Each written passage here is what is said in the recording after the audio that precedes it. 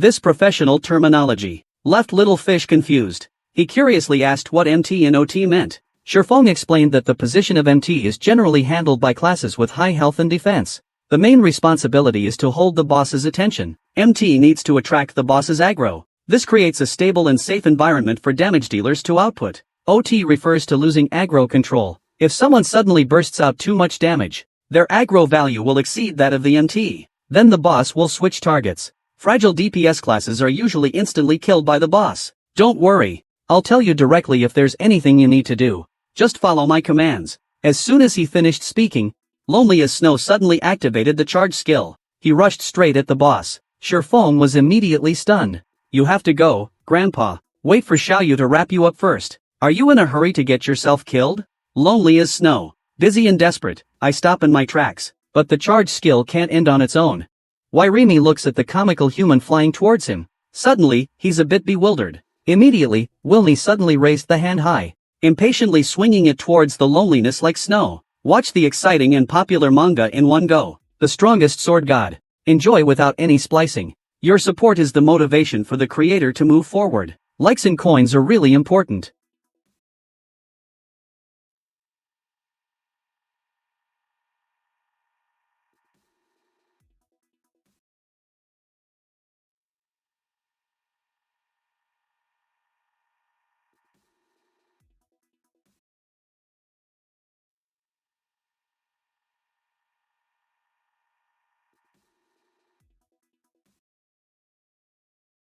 He was a top player in the gaming world, but he was betrayed by his own studio. Not only was his game account deleted, he was even kicked out of the studio. Desperate, Shifeng unexpectedly returned to the time when the game had just been released. In this life, he not only aims to return to the top, but also to ruthlessly trample those who betrayed him underfoot. God's Domain is a fully immersive simulation game. Moreover, it allows players to game while they're asleep. The in-game time differs from real-world time. It's 48 hours. This quickly made it one of the hottest games in the world. Many studios relying on the Divine Realm for their livelihood also saw their fortunes rise with the investment of major consortiums. At this moment, Shifeng from the Shadow team was about to log into the game, but discovered that the account he had spent 10 years building had been deleted. Shifeng was shocked at this moment, completely at a loss for what was happening. Just then, a stack of contract termination papers fell right in front of him. 10 years of gaming career, 10 years of bloody battles. He has endured countless pains and hardships, and now he has to face the termination contract. Shifeng never expected that his 10 years of effort would go to waste. He has sacrificed so much for the game. In the end, it only became someone else's gain. All because he opposed the Shadow Guild merging into the Super Guild, Dominance. By the next day, the guild had directly deleted his account. The leader of the Shadow Guild smirked. He generously offered him a large sum of money, so he could retire in peace. The scene changes. He sat quietly in the mansion, filled with loss and resentment.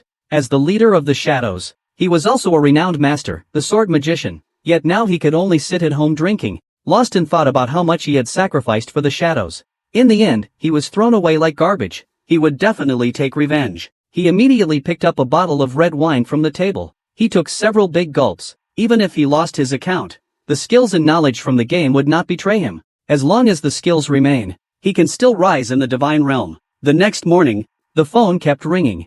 Shifeng groggily opened his eyes. The hangover from last night still had him feeling dizzy. He reluctantly got up. He picked up the phone by the bed and asked Heisey what he wanted. On the other end of the line, Heisey's voice reminded him that today was the day the Shadow Studio was hiring. Haven't you always wanted to be a core member of Shadow? Shifeng felt a bit confused. He had just been fired by the Shadow Guild. How could I even go for the interview? In the next moment, with a dazed mind, Shifeng was startled when he saw the familiar face in the mirror. He suddenly jumped in shock. He looked at himself in the mirror repeatedly. Only then did he confirm that he had indeed become younger. He then picked up the phone that had fallen on the ground. He examined it closely. This was definitely not his phone. His phone is the latest model. Shifeng glanced at the time on his phone, April 19, 2131. He clearly remembered that today was actually August 5, 2139. The only possibility is that he has traveled back 10 years. At this moment, Shifeng's emotions were indescribable. There was regret, sorrow, and joy. It felt as if everything in front of him was a dream. Yet reality reminded him of everything. This is all true. Everything has returned to the starting point.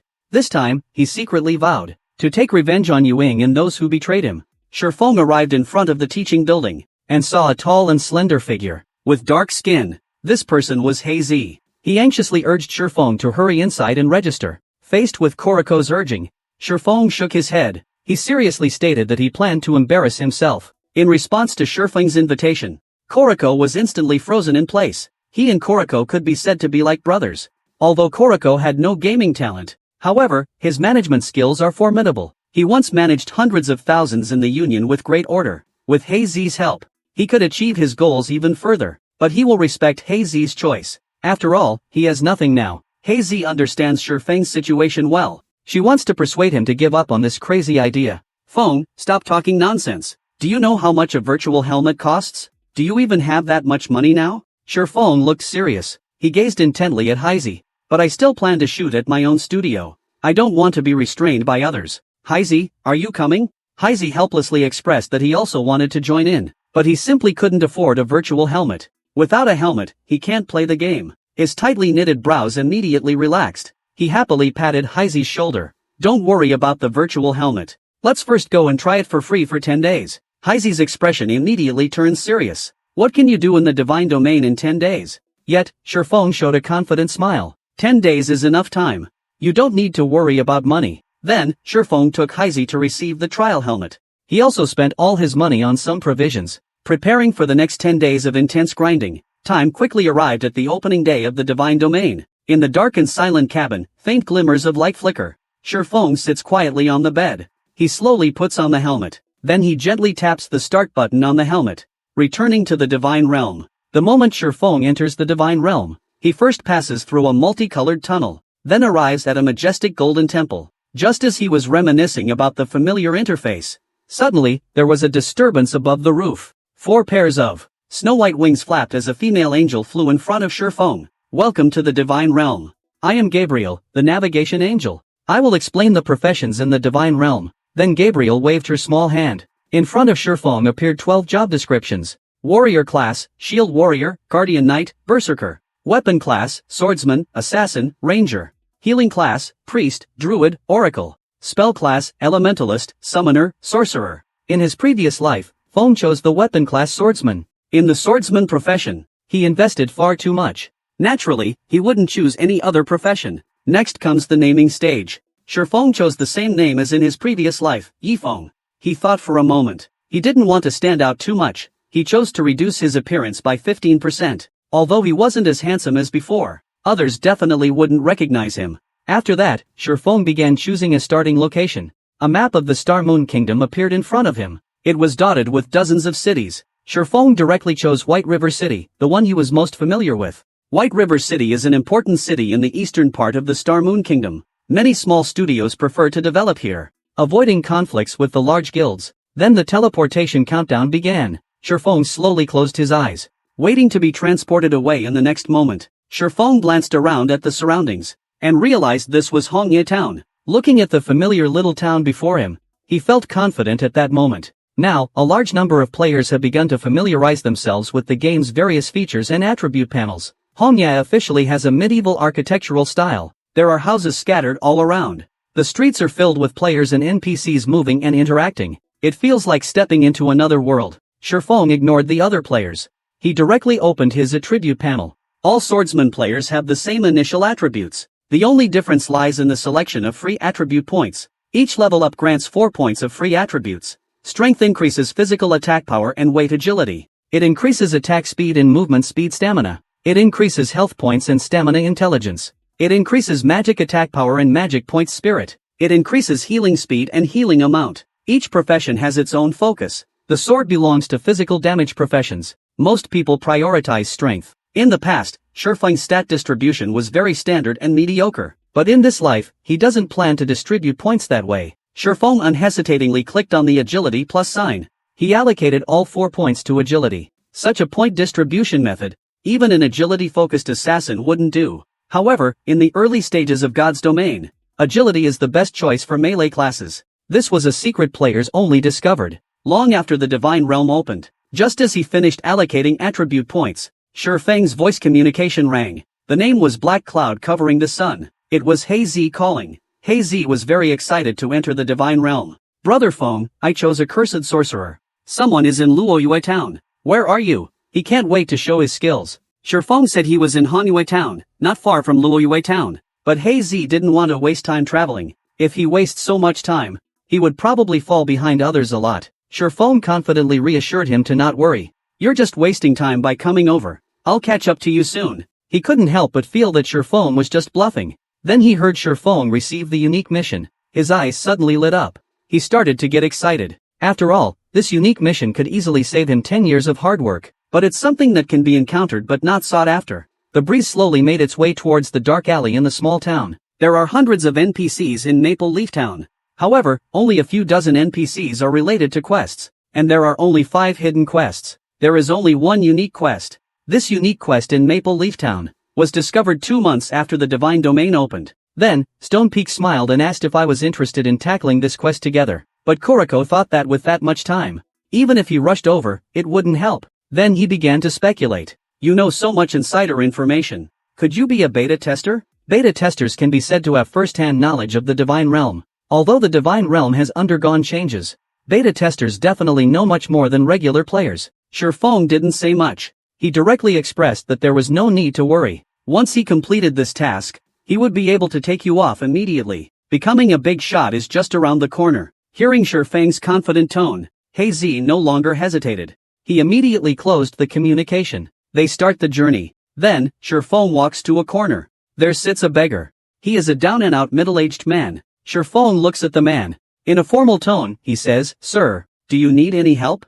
The beggar replies, I've been hungry for many days. Can you help me? Shifeng smiled slightly and said seriously, It's a pity. Sir, I can't agree to your request. However, if you're willing to pay the right price, I can do many things for you. The beggar looked up at Shifeng. His eyes filled with hope, and said, I hope you can help me take out the mayor of Hongya Town. The mayor of Cross Red Leaf Town is a level 15 elite. Killing the mayor is undoubtedly a very reckless move. No player would believe this is a quest, and no one would dare to accept such a ridiculous request. Yet Shifeng hesitated not at all. With a smile, he directly accepted the quest. He was the dreaded sword god of the Divine Realm, but he was betrayed by the studio. His account was deleted. He unexpectedly returned to 10 years ago. This time, not only will he reclaim his peak, he will also stomp on those who betrayed him in the past. Shifeng accepted the unique mission to kill the mayor right from the start. As a level 0 player, he wildly threw tomatoes at the elite level mayor. The road to the town hall after Shifeng took the quest not long ago was packed with people. The narrow streets are filled with players. Unfortunately, quests in the Divine Realm aren't that easy to obtain. Mainly because players need to be mindful of how they speak. Otherwise, it's possible to get completely ignored. In front of the 2-story town hall, players are lined up in a long queue. Whether it's the village chief or the mayor, they're undoubtedly a sign of quests to come. The players certainly wouldn't let this go. A simple-minded male warrior in the middle of the line glanced at Shifeng as he walked straight ahead. He immediately looked at him a few more times. Then, the simple-minded man raised his hand and pointed behind a few people, saying, New guy, if you don't want to get beaten up, go line up. Suddenly, an idea came to Shifeng. He revealed a mysterious smile. Then Shifeng calmly stated he wasn't there to take the quest. He even kindly advised the honest guy to take on tasks elsewhere instead. Waiting here would be a waste of time. The guy saw that Shifeng had no intention of cutting in line, so he relaxed. But Shifeng's firm tone made him curious, and he wondered why waiting would be pointless. Shifeng smiled, but didn't explain. Instead, he changed the subject. You seem like a nice person. It's much better to grind monsters in the wild than to wait around here. The male warrior shook his head. He wasn't stupid. The wilderness was definitely crowded at this time. With his skills, he'd probably struggle to even get a single monster. It's better to wait here. He whispered softly about going to a place with fewer monsters. Naturally, no one will compete with you there. Compared to the crowded areas full of monsters, the leveling efficiency there is several times better. Moreover, the monster respawn rate is slow, so one person can handle it easily. The male warrior listened. He seemed a bit excited. He was really interested in this place. If no one bothers him, he could farm monsters for an hour. The experience he'd get would definitely be way more than doing quests. Shifeng saw the fish take the bait. He immediately smiled and said, if you want to go to such a prime spot, I'll give you a discount of 20 barrels. The male warrior heard the price, and his face immediately dropped. He said he only had 10 copper coins right now. Shifeng simply said, you can pay half first. I'll give you the location to verify.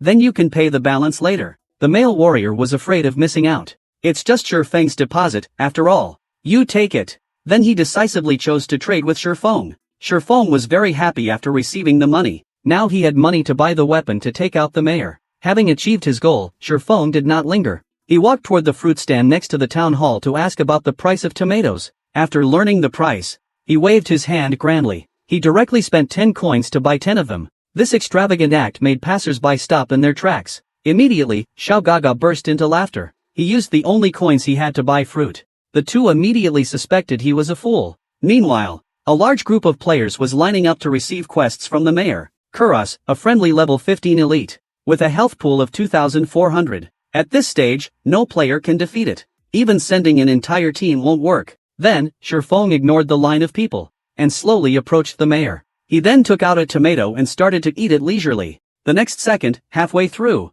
Shifeng threw the tomato at Mayor Cross's face. The tomato hit Cross's face with pinpoint accuracy. Bright red liquid flowed down his face in a messy stream. Shifeng immediately turned and ran. He didn't forget to shout curses while running, "You hypocrite! Fat vampire! You don't deserve to be the mayor." And Cross's shining bald head was drenched in tomato juice, mixed with anger. His expression looked ridiculously funny. At the same time, the system notified that Cross's favorability toward you decreased by 100 points. Shifeng still hadn't satisfied him. Then he took a tomato out of his backpack. Once again, he threw it at Cross. No one in the entire town hall could laugh. All the players who saw Shifeng's actions were wide-eyed and slack-jawed.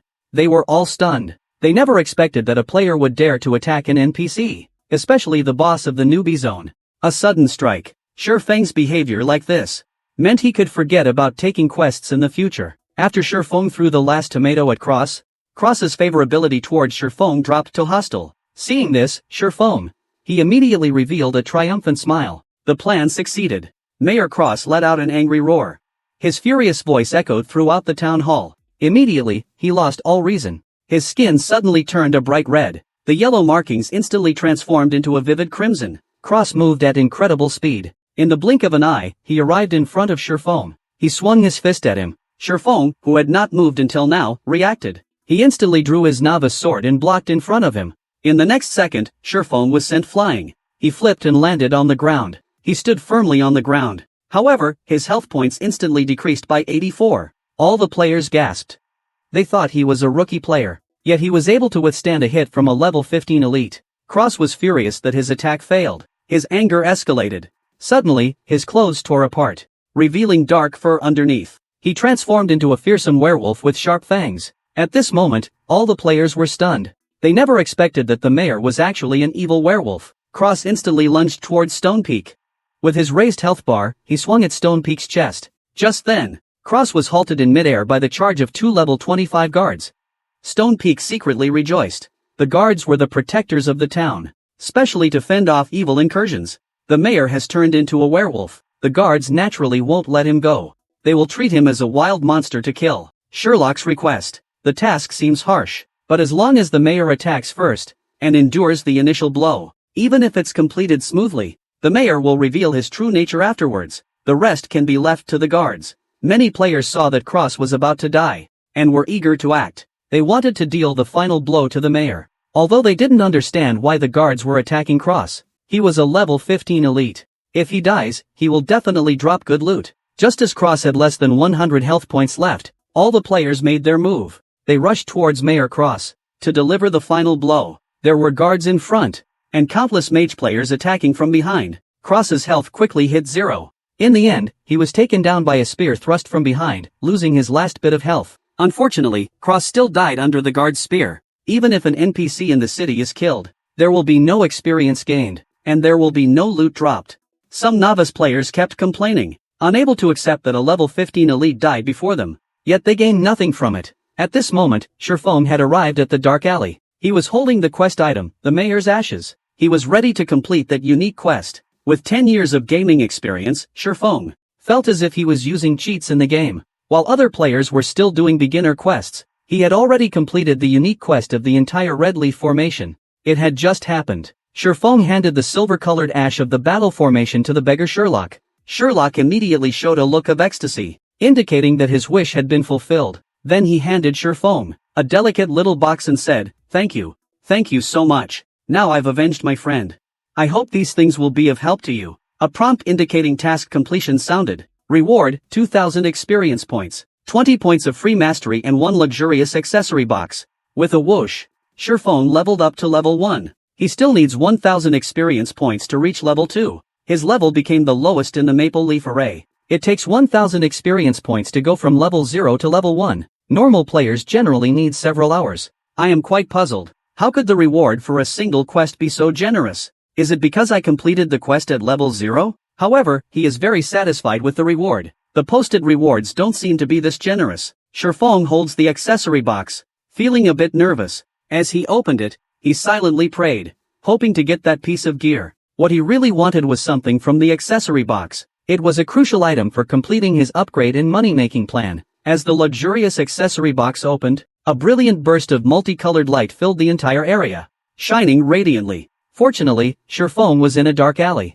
where no players would wander around. Otherwise, such a commotion would definitely arouse the greed of many players. The brilliance faded away, and a simple, unadorned silver ring floated in the air. A circle of text was engraved around the ring's edge, resembling ancient elven runes, harboring boundless magical power. All characters in the Gravity Realm's Shin Tai level can equip +2 strength, agility, endurance, additional skill, gravity liberation. It significantly reduces the gravity experienced by the wearer. Gains a body as light as a feather. Duration, 30 seconds. Cooldown, 5 minutes. After reading the ring's description, Shifeng was immediately overjoyed. Completing the mission right away would reward him with a profound iron-grade ring of gravity, which was completely unexpected. He immediately put the ring on. Then, Shifeng opened the attribute panel. He planned to allocate all 4 of his free attribute points from leveling up to agility. Now his agility had instantly reached a height of 12 points. Attack speed increased to 5 points. Movement speed increased to 6 points, comparable to other pure agility assassins of the same level.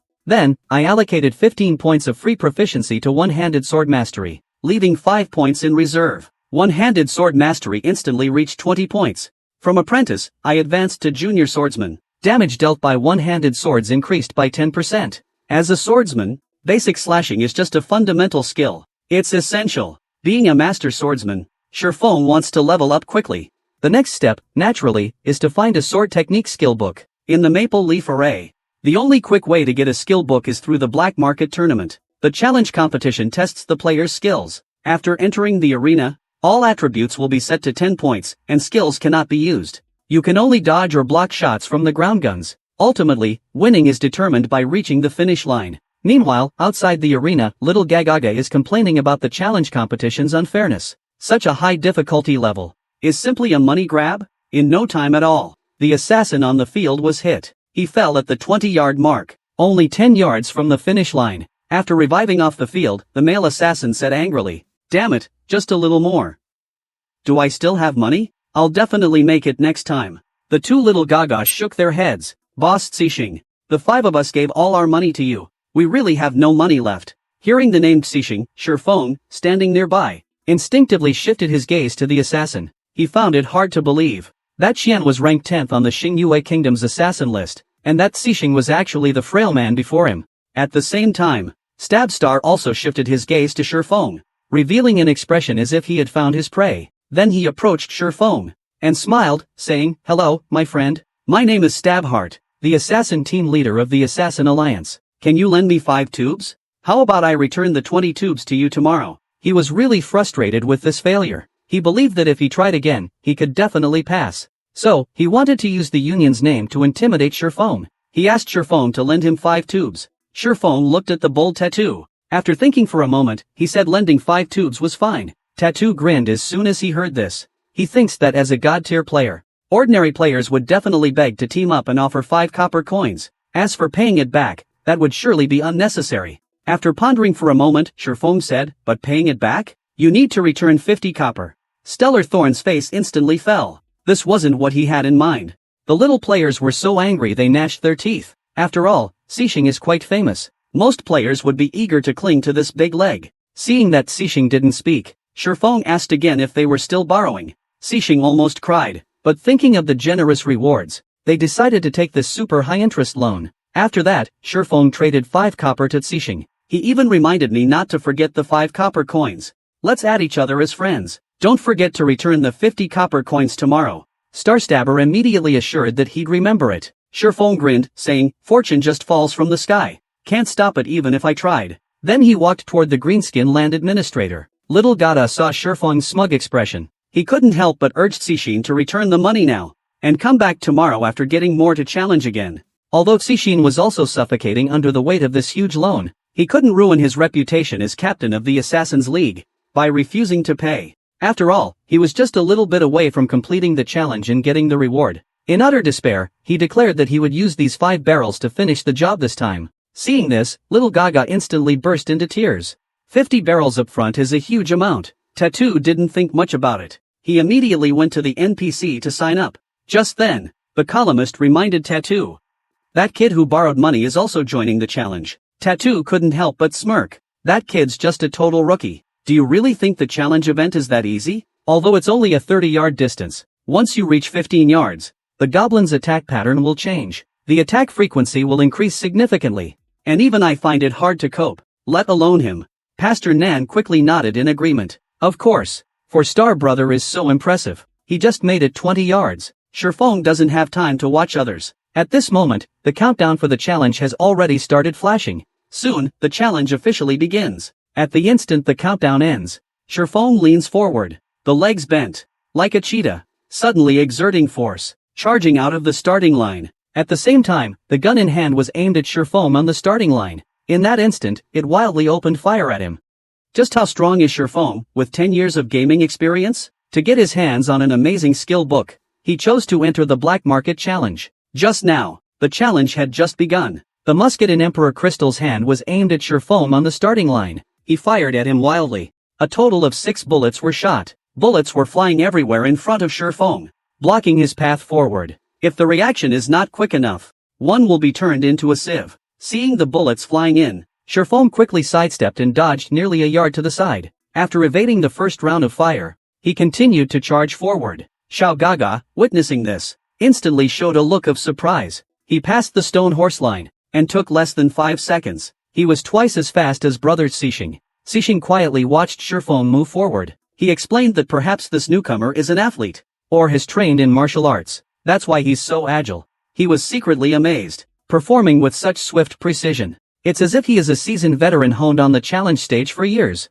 Every move is simple and efficient, far beyond what an ordinary newcomer could achieve. Even after numerous challenges, he feels he cannot dodge any better. Although the 3 Ming Emperor strives continually to aim and shoot, firing back and forth, but like a nimble cheetah, Swift Wind seems to control the bullets, always dodging just in time. When the next round of bullets comes, he moves a few steps forward. Tattoo suddenly smiles, but once they're past 15 yards, the Emperor Whale's attack method changes. At that time, he definitely won't hold up. Quickly, the challenger has already stepped beyond the 15-yard line. Suddenly, the 3 members of the Empire Whale showed extremely shocked expressions. Immediately after, they angrily started firing wildly, no longer focused on aiming. The bullets fired immediately became 12. The coverage area of the trajectory was very wide. Dodging left and right definitely wouldn't work. Suddenly, it was intense. The trajectory lines ahead covered a wide area. As long as one bullet hits, the challenge would be declared over. Shifeng simply smiled calmly. He drew his novice sword and charged toward the bullets. Several bullets aimed at his head, chest, and arms. It looked like he was about to be hit as he rushed into the bullet storm. Seeing Shifeng charging straight at the bullets, the little ones couldn't help but burst into laughter. It was simply too foolish. Did he really think that getting hit by 1 or 2 bullets would allow the challenge to continue? At that moment, Shifeng on the stage suddenly tilted his head and swung his novice sword. Flashes of white light dart out. The novice sword swings perfectly, easily hitting the incoming bullets. Sparks fly as they graze by. 3 bullets are effortlessly deflected by him. He swiftly swings the novice sword to block the unavoidable bullets, while moving his body to evade being hit, letting the bullets pass him by. The male priest's eyes widen instantly, in utter shock. What the hell? Brother, is this kid even human? He actually blocked a bullet with an arrow. Although Shifeng can predict the bullet's trajectory, blocking it perfectly isn't something you can just talk about. It requires extremely precise judgment and skills. The margin for error is simply outrageous. Pastor Nan watched as Shifeng danced forward. Sparks occasionally flashed in front of him. He felt completely flustered inside. Brother, that matter has already reached 25 yards. This time, it will definitely pass the finish line. The 4-star was also deeply captivated by Shifeng's movements. He impatiently interrupted, I have eyes. No need for your reminder. The 4 stars were stunned by Shifeng's amazing performance. Using weapons as bullets, it's like walking a tightrope in midair. One misstep and you could fall into an abyss. When the once strongest war god returns to the novice village, what kind of story will unfold? Just now, Shifeng resisted the bullets with a one-handed sword. Stunned, Starpiercer froze in place. Quickly, relying on his agile movement and fast, precise swordsmanship, Shifeng swiftly crossed the 25-yard boundary. Seeing this, Starpiercer immediately shouted, "Be careful!" At the same time, the goblins revealed crazed smiles. They pulled out their repeating rifles from their clothes and opened fire on Shifeng. Suddenly, the number of bullets per round increased to 24, and it's still at 5 yards. This ultra-short distance left players with no way to avoid it. Seeing this scene, the heart sank to their throat. They couldn't help but curse the shamelessness of Emperor Jing. Faced with such intense treatment, Shifeng also became serious for the first time. Although I had known for a long time that the 25 caliber attack method would change again, I still feel nervous facing so many bullets. I saw Shifeng bend his knees, leaping forward like a cheetah. He moved toward the area with the fewest bullets, reducing the surface area of the bullets significantly. Then he gripped his new sword tightly, and began to swing it wildly. At the same time, 4 flashes appeared. In the blink of an eye, under the white glow, there was a violent explosion where he stood. The bullets he had sliced through exploded on the spot instantly. Everyone broke out in cold sweat at the sight. This terrifying attack, they didn't believe Shifeng could survive the challenge. Right after that, a burst of sparks flashed. Shifeng suddenly leaped out from the middle. He crossed through the torrential downpour. In the moment he landed, he dashed past the finish line like lightning. He braced himself on the ground, pushed off powerfully with his feet, and made an abrupt stop. He immediately burst into laughter.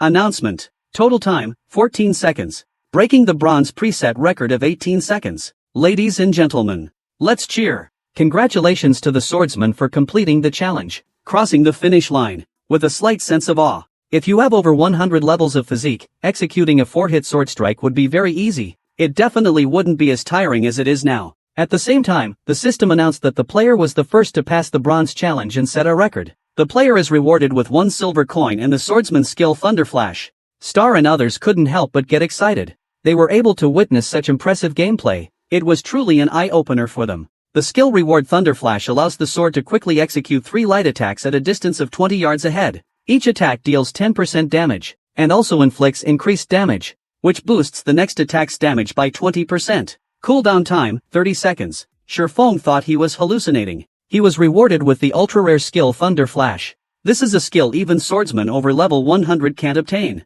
This class mainly focuses on single-target damage skills. There's no powerful area of effect attack skill. Wind and Thunder Flash can be said to be one of the few extremely powerful area attacks for swordsmen. Learning it early on puts you far ahead of other swordsmen. Looking at the stun tattoo and the others, he felt a bit surprised. He greeted them and prepared to leave. Before leaving, he reminded them, "Play on, I'm heading out. Don't forget about my martial artist." The 2 little ones excitedly asked, "Brother Thornstar?" He left, and took the reward with him. "Should we go after him?" Hearing this, Thornstar immediately scolded them. "Are you idiots? A master of that caliber, you're lucky he didn't destroy you. Isn't Team 1 asking for death?" After all, even Thornstar admitted that Shifeng couldn't pass the challenge so elegantly. Especially the round of attacks after 25 yards. It was like cheating. In no time, he fully mastered Wind and Thunder Flash. Now he finally feels like he's learned something. Ready to start the grand plan of leveling up by farming monsters. He magnificently challenged the black market competition, and obtained the super rare area attack skill, Thunder Flash. Next, he prepared to start grinding monsters for levels. After leaving Maple Leaf Town, he noticed many players calling for teams around him. He sighed secretly at the 30 copper left in his bag. Not long ago, he found the potion master, Kevin, and bought 20 burst berries all at once. It immediately caused a significant shrinkage of his assets. Currently, all players are at level 0. They are all killing level 0 monsters outside the red leaf formation. However, there are also some skilled players teaming up to hunt. Level 1 wolf warriors are responsible for drawing aggro. Ranged damage dealers provide healing. They fight in an orderly manner. Even though the experience was shared among several people, the efficiency was still high. There were few people competing for monsters. If a player died, the death penalty was severe. Not only would they lose a level's worth of experience, they would also lose skill proficiency. No player dared to take risks lightly. Otherwise, the experience and proficiency gained after several hours of hard work would be wasted. Shifeng, who was passing by, was faced with the bald man's shoeing. He immediately felt his face darken. He sneered at it. Because he had no intention of farming these low-level monsters. The maple leaf forest is made up of beautiful maple trees. with level 5 small monsters wandering inside. For players below level 3, it's absolute, the forbidden zone. Shifeng ran into the red leaf forest without hesitation. A naive and adorable bear cub was rolling clumsily on the grass. It looked cute, but was actually fierce. Even though it's also a level 5 monster, melee fighters find bear-type creatures more annoying, because they have high health and defense. Fighting would be exhausting. Shifeng just circled around the cub using the trees, and saw a wolf drinking water not far away. Facing a level 5 wolf, Shifeng was only level 1. If he didn't keep enough distance, the wolf's keen sense of smell would detect him. A level 5 wolf has 400 health points. The attack power is very strong. For someone with only 120 health points, it only takes 2 bites to kill a single one. A lone one is still manageable, but the worst is if there's a wolf den nearby. Just then, the ground beneath his feet suddenly caved in. Caught off guard, he fell downwards. In midair, he suddenly flipped over and landed steadily on the ground. Next to him, from a hidden cave, several pairs of crimson eyes suddenly appeared. Shifeng noticed the disturbance behind him and turned around in fear. He had entered the wolf den's warning zone. A pack of forest wolves slowly emerged from the middle. Shifeng was having a very bad day. Suddenly, 7 forest wolves charged out. The forest wolves were very fast. However, Shifeng was not slow either. All his attributes were boosted in agility. His movement speed was 6. He was definitely a swift runner. After all, he is a level 1 swordsman. Even with full agility attributes, his speed was still slower than the direwolf. The direwolf quickly caught up. He remained calm under pressure. Suddenly leaping up, he dodged the charge. Shifeng couldn't afford to think too much. Directly activate the life-saving skill, Gravity Liberation. He instantly felt as light as a feather. His speed immediately increased significantly. He quickly shook off the forest wolves behind him. He raced ahead, leaving them far behind. After all, the minions are just minions. They gave up after chasing for a while. Shifeng also survived. More than 10 minutes later, Shifeng arrived in front of a towering mountain range. Several mountains, hundreds of meters tall, stood in the center of the red leaf forest. Clouds and mist swirled around, as if it were a paradise on earth. Shifeng gazed at the majestic mountains and looked around. I discovered a small waterfall, so I walked over. The central mountain range is a treasure mountain, and at the top of the mountain lies a cloud-covered treasure chest. In the wilderness of the divine realm, many hidden places will have treasure chests,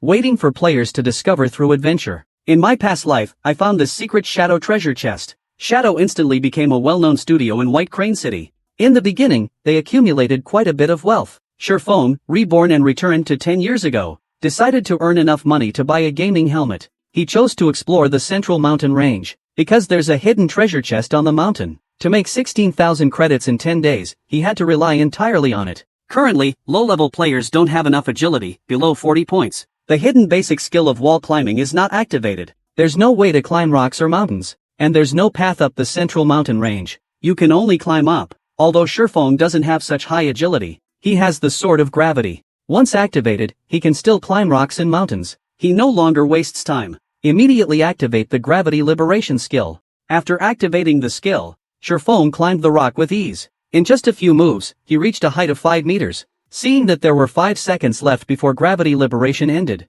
Shifeng found an open space to rest, waiting for the cooldown of the gravity ring. At that moment, Shifeng didn't have time to catch his breath. Suddenly, the rock wall shook violently. A giant rocky hand suddenly emerged. Seeing this, Shifeng couldn't help but reflect on how fast it came. In the next moment, the rock giant fully appeared before him. The rock giant was a creature with extremely high attack power, health, and defense. However, it reacted very sluggishly. Its attack speed was also very slow. Turn around and move slowly. With just 20 points in agility, you can toy with him. Make him spin in circles. The stone giant let out a furious roar toward Shifeng. His stats were revealed immediately after. Stone Giant, Normal Monster, HP, 550. Shifeng remained completely unfazed, because he was already prepared. He immediately took out the expensive burst berries from his backpack. The burst berries affect an area of 9 meters, slowing movement speed by 30%, reducing turning speed by 70%, lasting for 1 minute.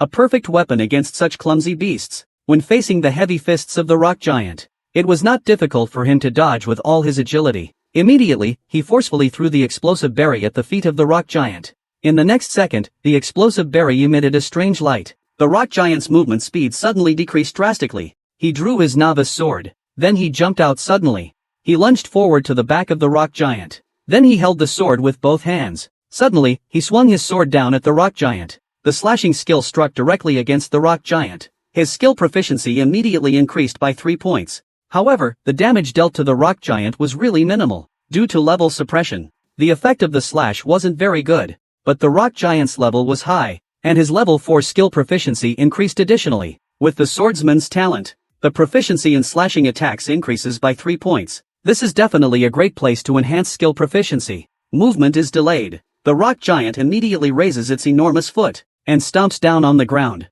Stone Peak deftly leaps up, easily dodging it. The rock giant quickly rose up. It raised its massive fist again, as big as a sandbag. That terrifying giant fist swung down towards the point where the Stone Peak would land. The entire ground was instantly shattered to pieces. But the Stone Peak remained calm. He immediately turned around in midair, facing the rock giant. He swung the beginner's sword in his hand, creating a gust of wind. The moment the thunder flash was activated, 3 bolts of lightning shot out. All hit their mark without fail. The wounded rock giant immediately let out a roar of fury and began to counterattack. Before long, a rumbling sound echoed from the mountain. The rock giant shattered into pieces and scattered all over the ground. The aftermath of the thunderstorm effect is extremely powerful. Under the storm-like assault from the Stone Peak, in less than 1 minute, the rock giant was defeated. Even though he has thick skin and high skills, if he can't hit Stone Peak, he just becomes a wooden dummy for him to gain experience and skill proficiency. Just how strong is this man who was once a top-tier warrior? While other players are still forming teams to farm level 1 monsters, he, with his superb skills and understanding of the game, takes on the level 5 rock giant as if it were a mere wooden figure. Just now, after easily defeating the rock giant, Shifeng starts to loot. He has pretty good luck. He actually found a piece of equipment. The drop rate in the Divine Realm is extremely low, not to mention the level 4 common equipment. There will definitely be someone buying it at a high price. Just then, a swarm of bats suddenly appeared in the sky. Shifeng quickly put away his equipment and looked towards the place where the bats were emerging. He immediately noticed a cave not far ahead. The rock giants lurking nearby posed basically no threat to him. He ventured into the depths of the cave alone to investigate. He walked over for a closer look. Shifeng's heart suddenly raced. A massive rock giant was lying in the cave, fast asleep. Its body was not the usual dark gray. It was silver white. Thewless, elite level, level 6. With 900 HP, an elite monster of this level would require at least a team of 6 to take it down. Shifeng couldn't help but reflect. He still had a lot of burst fruits. If he could take down this big guy, he could probably get quite a few good items. He didn't hesitate. He charged right in. He immediately unleashed a series of thunderbolts, striking through the air. The massive body of the sleeping rock giant, Shirluo, was suddenly hit. Even if the damage caused by Shifeng is negligible, it still startled Shioluasi awake. He was awakened from his slumber. Anyone would be furious in such a situation. Then Shioluasi roared, "Insignificant human! I will crush you!" He then suddenly stood up and charged towards Shifeng. In just a moment, Shiluo's massive fist viciously smashed toward the position of Shifeng. But this slow attack was easy to dodge for someone as agile as Shifeng. He easily avoided it. In midair, he immediately opened his backpack. Holding a blast berry, his confidence surged. Although this big guy had a lot of health, Shifeng had the advantage of speed. We can slowly wear him down. Shifeng naturally won't give Shioluosi any chance. He immediately threw the explosive berry onto his path. The rock giant's speed has always been a weakness. Even elite monsters are no exception. However, Shioluosi is larger. He has more attack methods. His movement and attack speed are slightly faster. But after being slowed by the blast fruit, he's still as sluggish as a turtle. With 16 agility points, Stone Peak moves and attacks quickly. He directly circles behind Zulos for a fierce attack. Stone Peak wildly slashes at Zulos. Maxed out agility also means an incredibly fast attack speed. The bulky Zulos quickly becomes a target. A series of damage notifications keeps popping up above Shulua's head. Shulua's defensive power is indeed astonishing. Normal attacks only dealt 3 points of damage. The slashes were slightly better. After a flurry of attacks, Shuluo finally turned around. He raised his massive arm and smashed it down towards Shifeng. As a reborn individual, Shifeng had experienced countless battles in God's domain. He showed no panic in the face of the terrifying giant fist. Swiftly, he pulled away. After 5 seconds had passed, Shuro's health recovered by 18 points. In an instant, all of Shifeng's previous efforts were in vain. His pressure instantly surged. Elite and above monsters regenerate 2% of their health every 5 seconds. Zyros has 900 health points. That's 18 health points every 5 seconds, completely exceeding the damage he dealt. Even so, Shifeng had no intention of giving up. If it were an ordinary player, seeing this kind of health and recovery ability, it's likely he has already given up. But Shifeng can rely on the damage amplification from Wind Thunder Flash, plus his agility advantage to slowly wear him down. The 3 sword slashes from Wind Thunder Flash made Shiros furious, but he still couldn't catch Shifeng's figure. Next came a slash combined with several normal attacks that were suddenly swung. Under the effect of the increasing damage, the damage immediately doubled. Shifeng was suddenly overjoyed. He saw hope for the kill. However, just then, Shuelos let out a furious roar. He suddenly stomped his foot. A massive surge of energy suddenly appeared around him. Suddenly, the cave shook violently. Next, his massive body leaped up like a mountain. Then he roared, "I'm going to smash you flat." In the next second, Shirluwasi's fists were clenched. His enormous body fell from the sky. As he landed, the entire ground immediately erupted with a deafening roar. An entire area instantly shattered into pieces. If a team comes over, there's no way to dodge in this cramped space. They will definitely be wiped out. It's quite evident that the situation is dire. Immediately retreat from around Shuluos. If it weren't for his agility, and the relatively spacious area, it would be very hard to evade this wave of bombardment. A moment later, the smoke slowly dissipated. Zuros's massive figure gradually revealed itself. However, at this moment, Zuros had just used a powerful skill, and was in a state of exhaustion. The exhausted state is a weakened period after some small packs use their big skills. Not only is the attack power reduced, the defense will also drop significantly. Shifeng's eyes lit up instantly. He charged directly forward. With the fatigue state, he could deal massive damage. With the fatigue, Shuluos attacked even slower than a snail. Shifeng easily leaped forward and quickly closed in on his face. Then, Shifeng suddenly raised his novice sword in the air. The next moment, as Shuluo tried to reach out to stop it, Shifeng had already plunged the sword in his hand into Shuluo's eye socket. Shifeng landed a hit, and immediately leaped into the air. Meanwhile, the slow-reacting Shuluo couldn't stop himself. His massive palm was shattered by a single strike. Seizing this opportunity, Shifeng's attacks became even more frenzied. The wind and thunder struck again from his hand. Following that, he unleashed a series of slashes combined with basic attacks. After Shifeng landed, taking advantage of the weak period and deepened damage,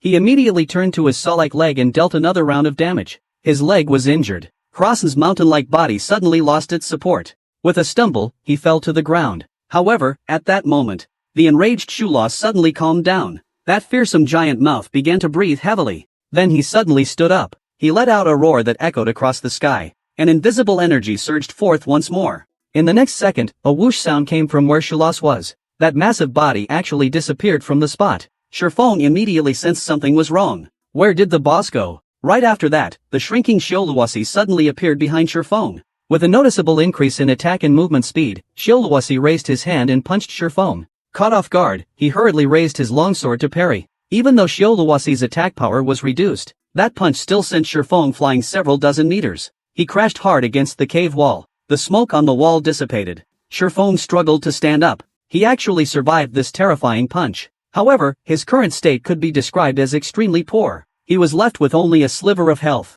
Yet he felt no fear at all. His eyes glinted with cold light. He was ready to fight. Immediately, he activated gravitational release. He suddenly exerted force under his feet. Instead of retreating, he advanced. He leaped towards the head of Hyros. For the elite staff with only 15% health remaining, he would never give up easily. With a wave of his hand, another strike of Thunderflash followed. Taking advantage of the moment while Shuluos was still unresponsive, he swung again behind him with a slash. As the time for gravity release grew shorter, Shifenshin suddenly turned in midair. He raised his sword once more, preparing to deliver the final blow. In the next second, he hurled his sword forward. In the blink of an eye, the long sword.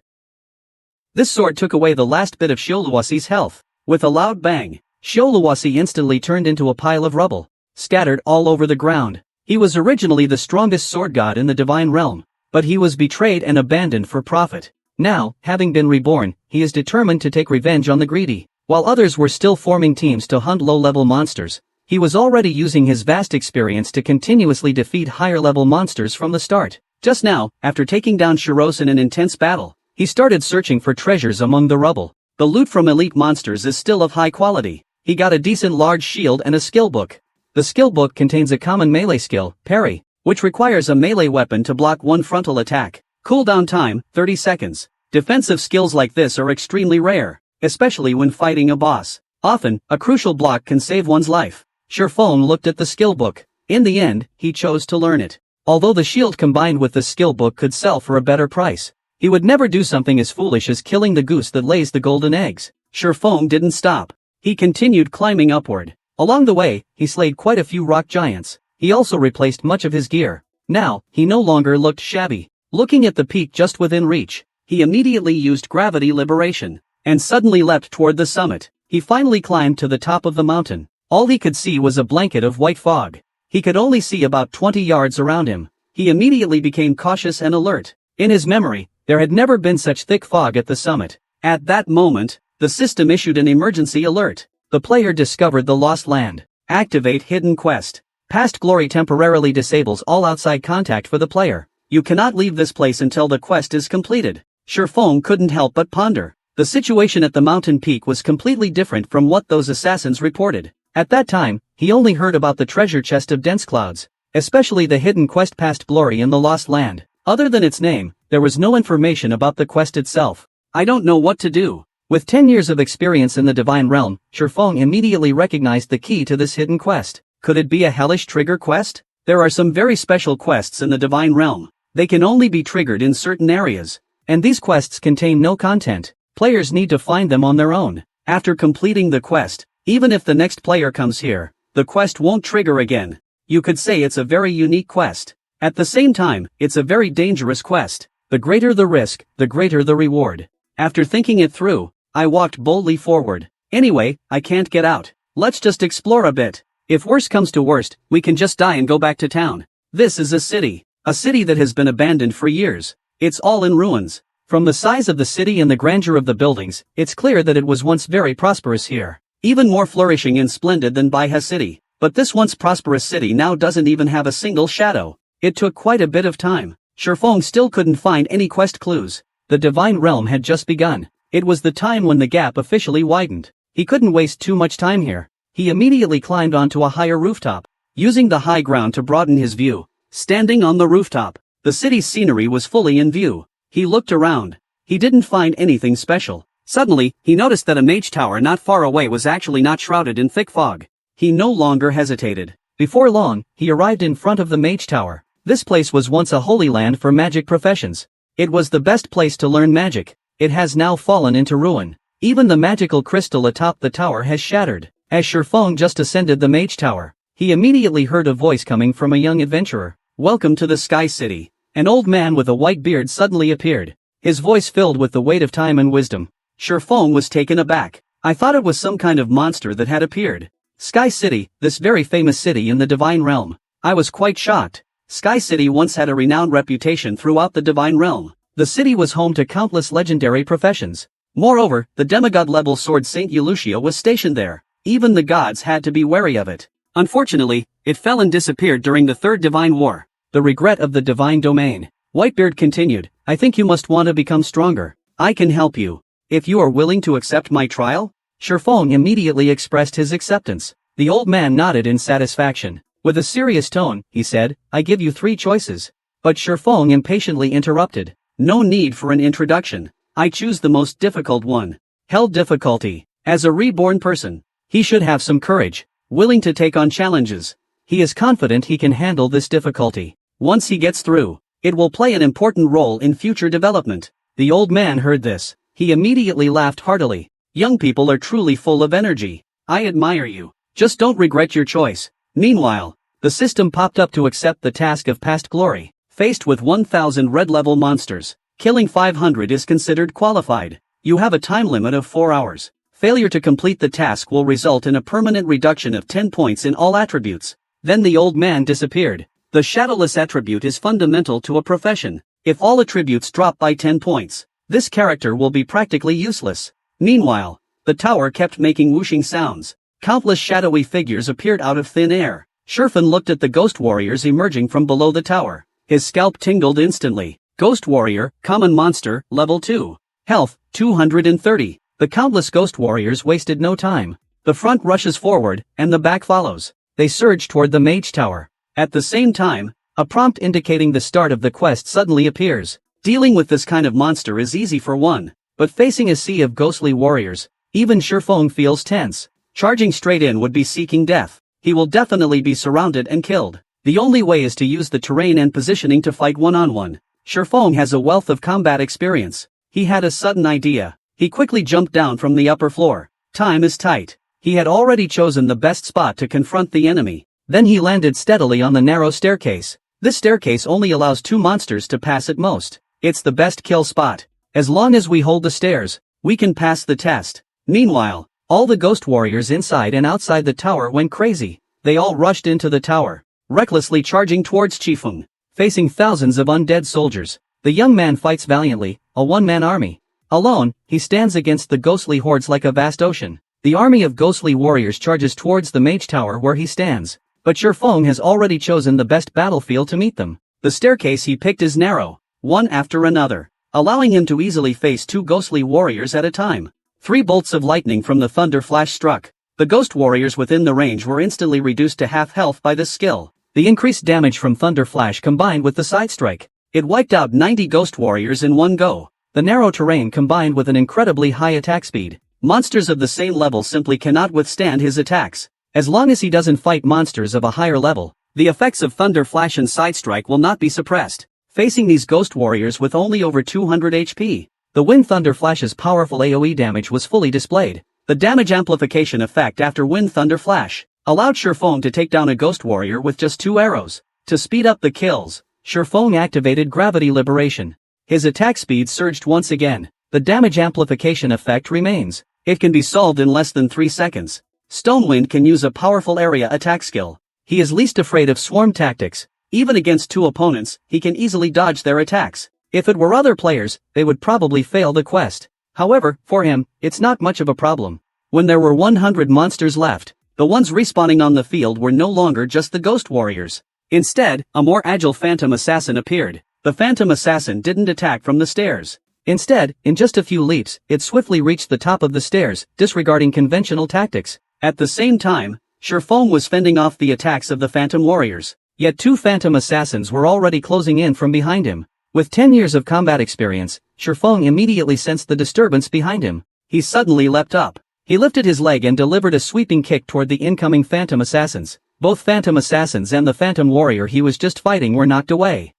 In the next second, Shifeng landed on the ground, stepping onto the railing nearby. He skillfully dodged another phantom warrior's slash. Immediately after, he fiercely drove his long sword into the head of the phantom warrior, killing it instantly. At that moment, a phantom assassin suddenly leaped from behind him, taking advantage of his unawareness. A single blow took away a quarter of his health. Shifeng angrily turned around. He lifted his leg and kicked the ghost assassin who had ambushed him away. The ghost assassin already had low health. Falling from a height, he died instantly on impact. Shifeng suddenly felt a surge of pressure. He didn't expect the last 100 monsters to have different species. Fortunately, they don't have much health. The next moment, the ghost assassins didn't intend to give Shifeng a chance to breathe. The 5 newly respawned assassins attacked him again, but Shifeng remained calm. He immediately used Gravity Liberation. His attack and movement speed increased significantly. He swiftly weaved through the monsters, furiously swinging his longsword. The next moment, he leaped onto the rooftop stone peak, swiftly scanning the situation below.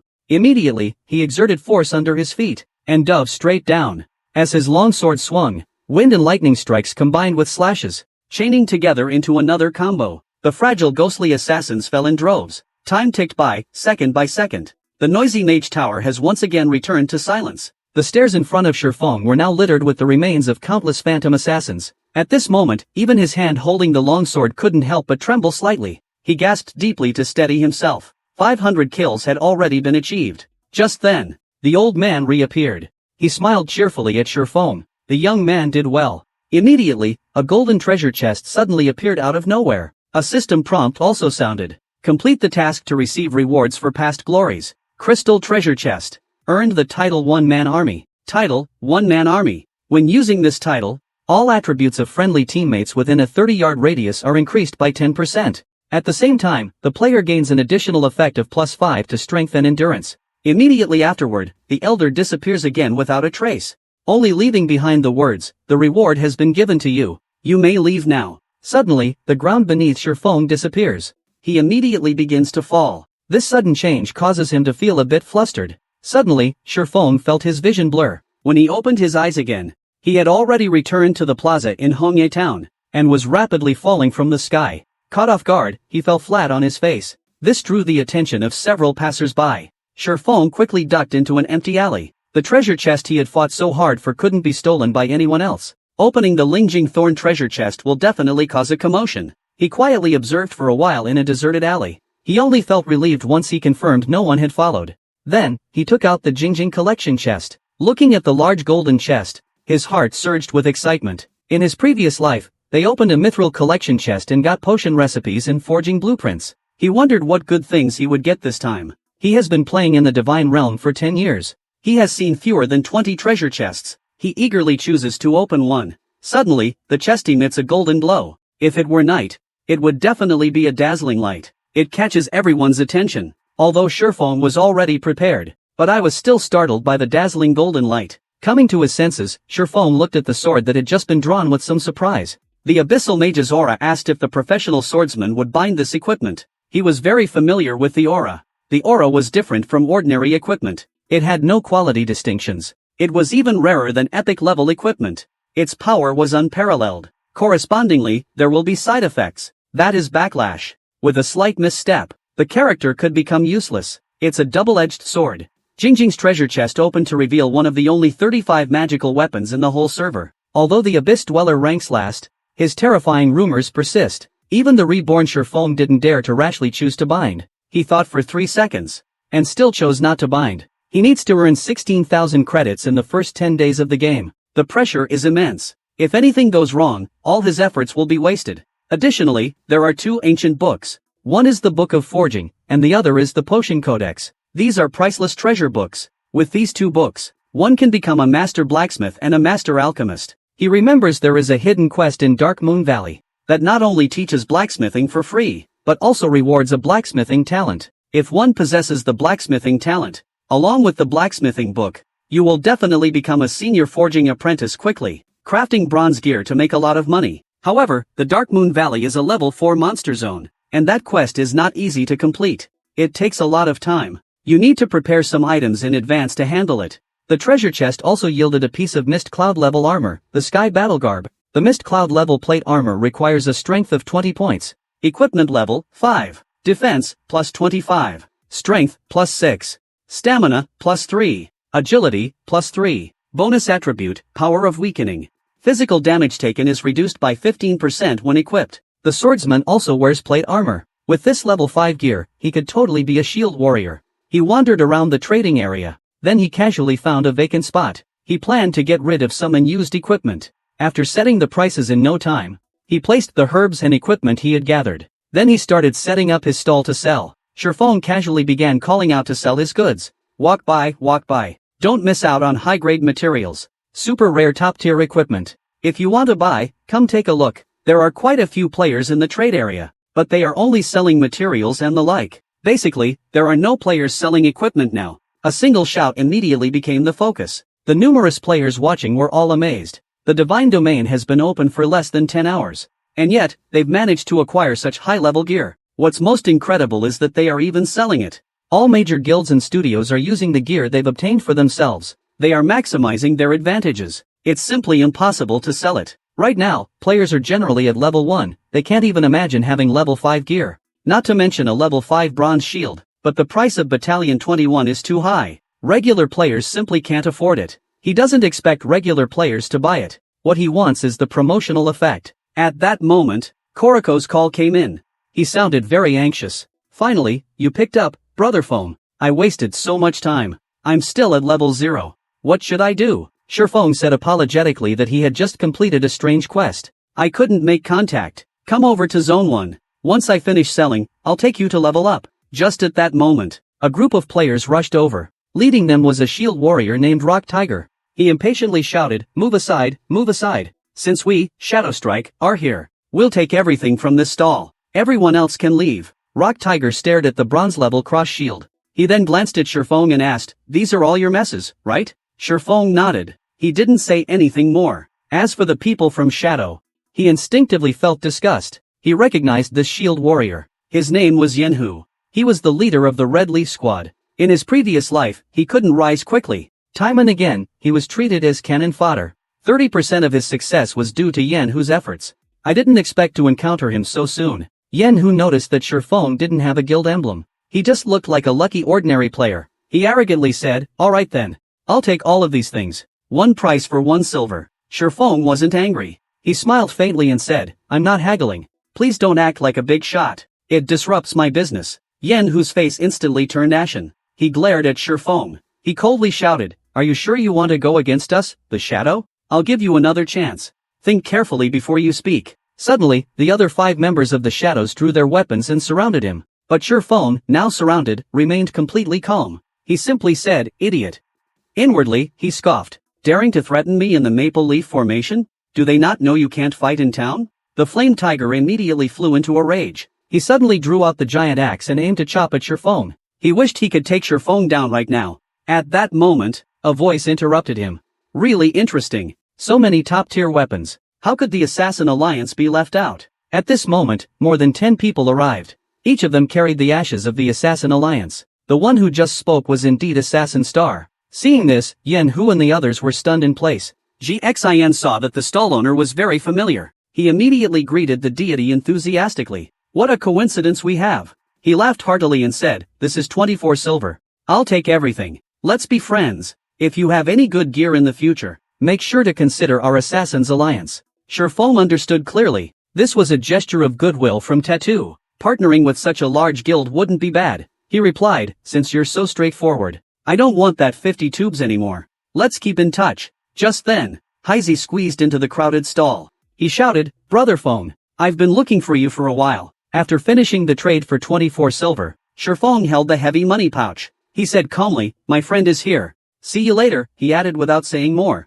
He immediately turned around and waved. Then he walked straight towards Heisey. Sishin couldn't help but sigh. 24 silver coins were painstakingly saved by the guild. He still wanted to chat with Shifeng a bit more. At the same time, the level 0 player Heisey curiously asked, what are we doing now? Shifeng smiled and said, we're going to grind monsters in Dark Moon Valley. Heisey immediately became a bit anxious. But Dark Moon Valley is an area with level 4 monsters. He couldn't help but ask, why don't we fight some lower level monsters instead? Regarding Heisey's concern, Shifeng smiled calmly, don't worry, just follow me. Meanwhile, Little Gaga from the Shadow Guild asked, Brother Yenhu, are you really going to let him leave unharmed like this? Yenhu's face was flushed, and the corners of his eyes were almost tearing. He gritted his teeth and said, Yu Lang, keep a close eye on that kid for me. He must know the consequences of opposing us, Shadow. Scene shifts. Shifeng and Heisey head straight for Dark Moon Valley. It's extremely difficult to challenge across levels in God's domain. Usually, you can only surpass one level. Heisey, being level 0, obviously wasn't too optimistic about this leveling trip. To ease his concerns, Shifeng quickly reassured him, my friend is an expert at wind sensing. If it weren't for our great relationship, he definitely wouldn't have told me this secret. Just wait for your rocket upgrade. See, I'm already at level 2. Since the server opened, not many have reached level 2. I owe my quick upgrade to insider information from the experts. He knows, although Shifeng's skills are quite good, he is definitely not that impressive. Seeing Shifeng's level, his worries instantly disappeared. Just as the two of them were on their way, a figure suddenly appeared nearby. Yu Lang was hiding in the shadows. Surprised, you actually dared to go to the level 4 area. This swordsman really is something unusual. He then smiled coldly. But if you encounter me, you can only blame your bad luck. While all the players were still in the same version era, our protagonist, Shifeng, had just finished selling his goods. He had already made a profit of 24 silver. After buying a series of preparation items, he took Heisey to the Dark Moon Valley to start farming monsters. Before long, Heisey suddenly spoke up and said, Feng Gu, look over there, there's a blue-named elite monster. Shifeng glanced in the direction pointed out by Heisey. Sure enough, there was a white fox on the open ground. The fox was holding a small white rabbit in its mouth. Cunning Snow Fox, Rare Elite. Level 2, HP 450. Shifeng couldn't help but smile slightly. His luck was truly extraordinary. The drops from Rare Elites are quite plentiful. He eagerly sneaked closer. Ignoring Heisey's warnings, he whispered, you just stay back and throw your skills. Watch how I take him down. Rare Elites are a special kind of elite. Its strength is the same as that of an ordinary elite monster. However, the rewards for defeating it are higher. At this moment, Stone Peak had quickly maneuvered behind the Snow Fox. Taking advantage of its unpreparedness, he launched a sudden attack. At the moment the slash was initiated, a sword aura struck the Snow Fox, dealing 32 points of damage. The Snow Fox's speed and reflexes are very quick. It instantly pulled away from the opponent the moment it got injured. Through the Snow Fox's dodging and damage, Shifeng quickly made a judgment. Its movements are so agile, and its defense is not low, but it has the title of 1 against 1,000. All its attributes are increased by 10%. There are 5 points of strength and 5 points of stamina. His attributes can completely rival a level 5 swordsman. He can definitely have a fierce battle with a level 2 elite. The Snow Fox's running speed is extremely fast. He suddenly leaps up. He lunges directly at Shifeng's neck, launching the skill, Lethal Strike. However, Shifeng's speed is not slow either. Not at all inferior to the Snow Fox. The moment the Snow Fox charged in, the Ice Hand Sword was already poised at the Snow Fox's mouth. With a loud bang, it was heard. Shifeng still couldn't withstand the Snow Fox's power. He was knocked back a few steps. He felt a jolt on his head. 49 points of damage. But the Snow Fox only took 5 points of damage. The difference is clear at a glance. Shifeng is obviously weaker than the Snow Fox in terms of strength. Koriko was instantly panicked. He had seen attacks from normal monsters, but he didn't expect the gap with elite monsters to be so big. Shifeng suddenly shouted, "Koriko, hurry up and make a move. Don't zone out." Hazy wouldn't dare hesitate. At worst, we'll die together. Anyway, I'm level 02. He quickly chanted a spell. With a wave of his staff, a shadow sword shot out swiftly. Snow Fox, who was focused on attacking Shifeng, was caught off guard. It was hit instantly. Hazy saw the damage and immediately exploded on the spot. He was following a route that focused entirely on maximizing intelligence for magic damage. But he didn't expect to only deal 5 points of damage. The elite monster's defense far exceeded his expectations. Shifeng attacked the Snow Fox, while reassuring him not to stop. "I'll hold him off. He won't pose a threat to you." Just a moment. The Snow Fox entangled with Shifeng was immediately hit by a barrage of shadow arrows. It suddenly lost more than 20 health points. Shifeng felt even more pressure facing the Snow Fox. The Snow Fox is very agile. A careless bite could deal over 50 damage. Shifeng knew that if this continued, they would eventually be wiped out. He immediately raised his leg and kicked the Snow Fox away, quickly creating distance. The lurking wolf watched with disdain, thinking these two little weaklings.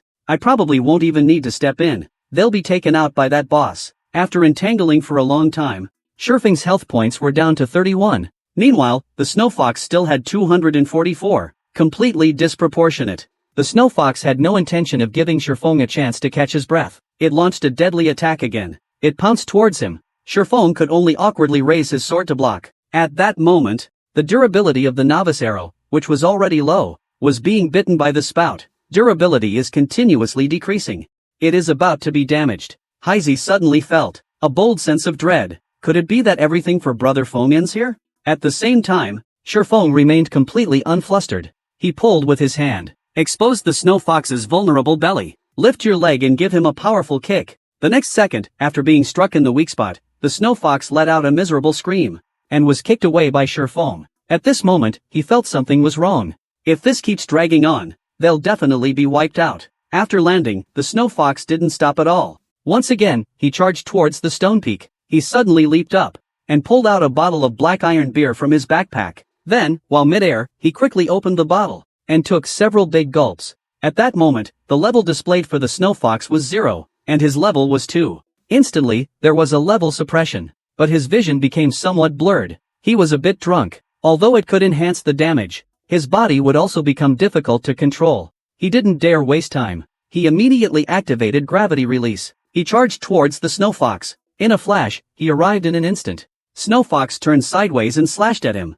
He didn't dare relax for a moment. He gripped his beginner's sword even tighter. 3 streaks of lightning swiftly flashed across Snow Fox's waist. Snow Fox let out a miserable scream. Instantly, a quarter of his health was gone. Koriko's eyes almost popped out in shock. "Brother Feng, you're amazing. What did you just drink?" At this moment, Shifeng's performance seemed like he was cheating. The fierce Snow Fox didn't even have a chance to fight back. And after executing this combo, the Snow Fox still wasn't taken down. He quickly seized the opportunity, preparing to deliver the final blow. Shifeng swiftly moved in front of the Snow Fox, suddenly leaping up, ready to charge up a skill. However, at that moment, a faint sound of footsteps came from outside the battlefield. Shifeng, midair, suddenly felt a chill on his neck. He immediately turned around, looking toward the source. He saw a sharp dagger gleaming with a cold light. He lunged toward his neck. Shifeng had years of combat experience. He instinctively leaned back. Then a blood-red dagger swept past. He narrowly avoided the attack.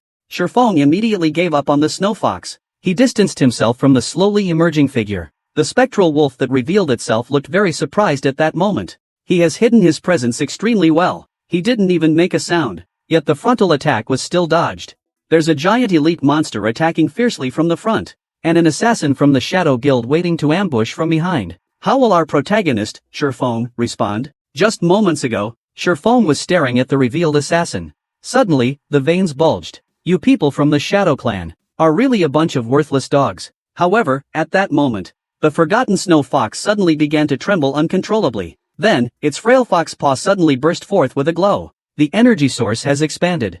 Following that, it let out a furious roar. The snow-white body grew to an enormous size. The blood level that had almost bottomed out was suddenly restored quite a bit. At the same time, the enlarged snow fox's overall stats increased by 20%. The snow fox only knew it had to kill Shifeng. It pounced towards Shifeng again. At the same time, Heizi saw this and quickly shouted a warning to be careful. That assassin is about to ambush you again. As the snow fox kept attacking Shifeng, the ghost wolf also moved quickly. He planned to take down Shifeng the moment he dodged. Surrounded by the snow fox and the ghost wolf, Shifeng's health was down to just 31 points. The situation was extremely critical. The ghost wolf wore a smug expression. He believed that Shifeng had no chance of surviving their ambush. As the massive body of the snow fox and its fierce jaws were almost within reach, Shifeng remained completely calm. He suddenly leaped up and delivered a kick directly to the vicious giant mouth. With no point of support, the snow fox was easily kicked towards the shadow wolf. He opened his serrated mouth, preparing to take down the shadow wolf before him. Seeing this, Shifeng, he snorted coldly, feeling that everything was under control. Everything happened too quickly. The shadow wolf charging at him didn't even react in time. At that moment, he was already in a state of panic. Then, the massive tiger's mouth, which had changed direction, snapped shut. It bit down hard on him. Then, like spitting out garbage, it violently threw him onto the ground. A large pit immediately appeared on the ground. After this wave of attacks, the wolf spirit's health dropped to 0. He felt an overwhelming sense of resentment. He never expected that players could transfer aggro like this. The bystander, Heizi, was already dumbfounded. He even forgot to attack the snow fox. Shifeng quickly shouted that the snow fox was low on health. Hurry up and attack him. Without the interference of the shadow wolf, Shifeng launched another attack on the snow fox. He quickly used thunder flash and basic attacks to draw aggro. Meanwhile, Heizi kept running around the perimeter, crazily casting shadow arrows. The severely wounded snow fox couldn't hold on for long. Soon, it let out a wail and collapsed to the ground. At the same time, a system notification popped up. Rare Elite defeated. Experience points gained from the cunning snow fox. This rare elite dropped a weapon. A regular blackwood staff. Bronze level equipment, level 1. Attack power +8. Intelligence +3. Spirit +1. Mana +30. Shifeng directly gave the blackwood staff to Heizi. This equipment greatly enhances magic classes. Not only does it have high attack power, but it also adds 3 intelligence. If a magic class equips this, their damage can increase by 2 levels.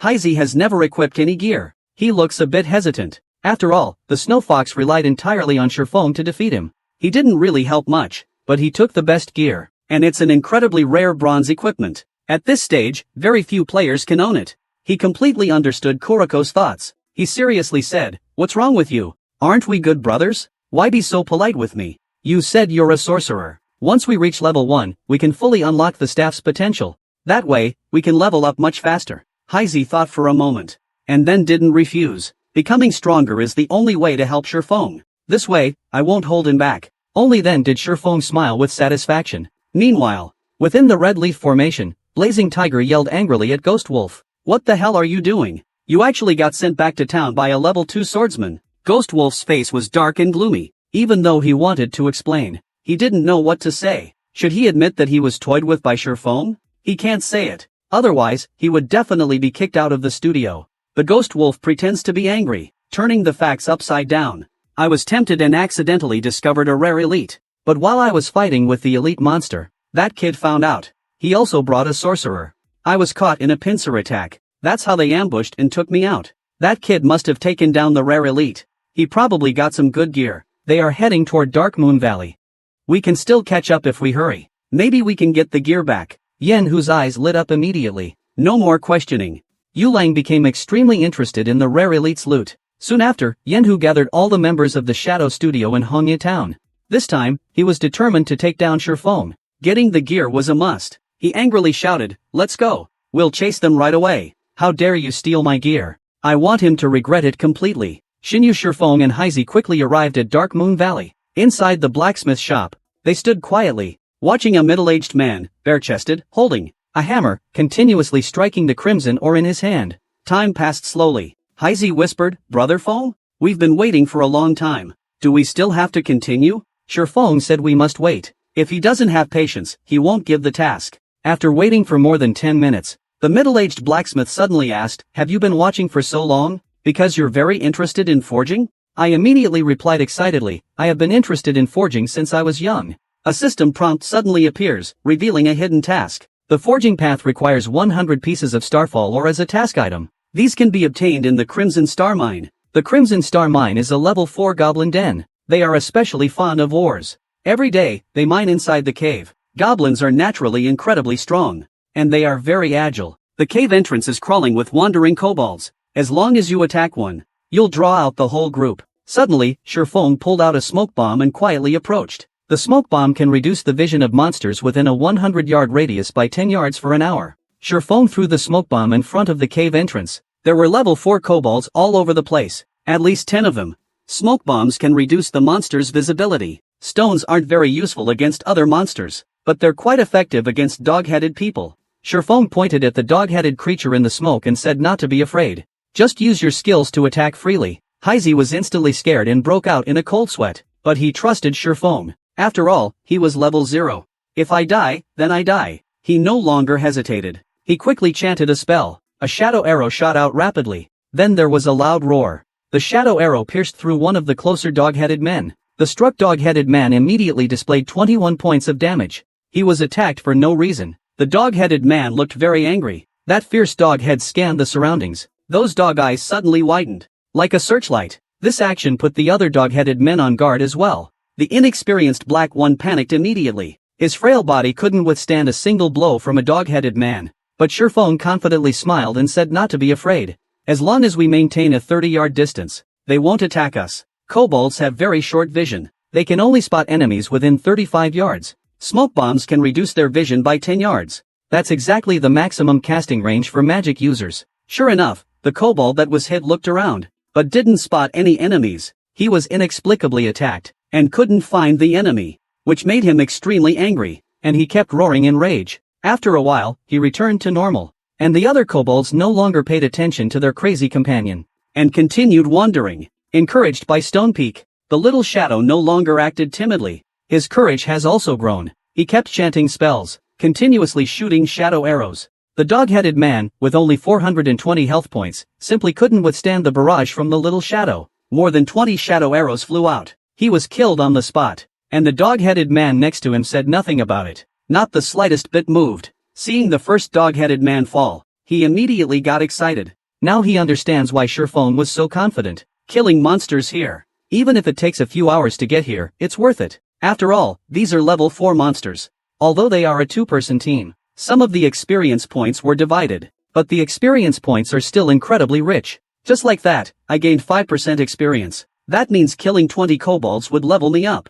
And it's safe, without taking damage. Plus, the monsters keep leveling up. The speed is just terrifying. Leveling up to 6 like this would be extremely efficient. In no time, the 10 or so gnolls in front were cleared out by Heizi. He didn't waste any time. He immediately poured the magical potion given to him by Shifeng. He aimed to quickly restore his mana for the next wave of monsters. The next wave of monsters. This group of gnolls dropped 12 copper coins and a level 3 ordinary equipment. There were also a few pieces of starfall ore. He was quite lucky. According to Shifeng's knowledge, the chance of kobolds dropping starfall ore is low. Only 1 in 10 monsters will drop it. You'd need to kill about 1,000 kobolds to get 100 pieces. But now, with just 20-something kobolds, we've already gotten 5 pieces of starfall ore. And some regular gear. I have to say, Blackie's luck is really too good. He gathered all the drops. Shifeng didn't waste any time. He started moving again. He used his advantage of 16 agility to continue luring monsters. He showed no fear facing the hordes of kobolds. This time he attracted over 30 kobolds at once. Shifeng was a bit faster than the kobolds. He awkwardly maintained a distance of just under 25 yards, until all the gnolls were led into the smoke bomb.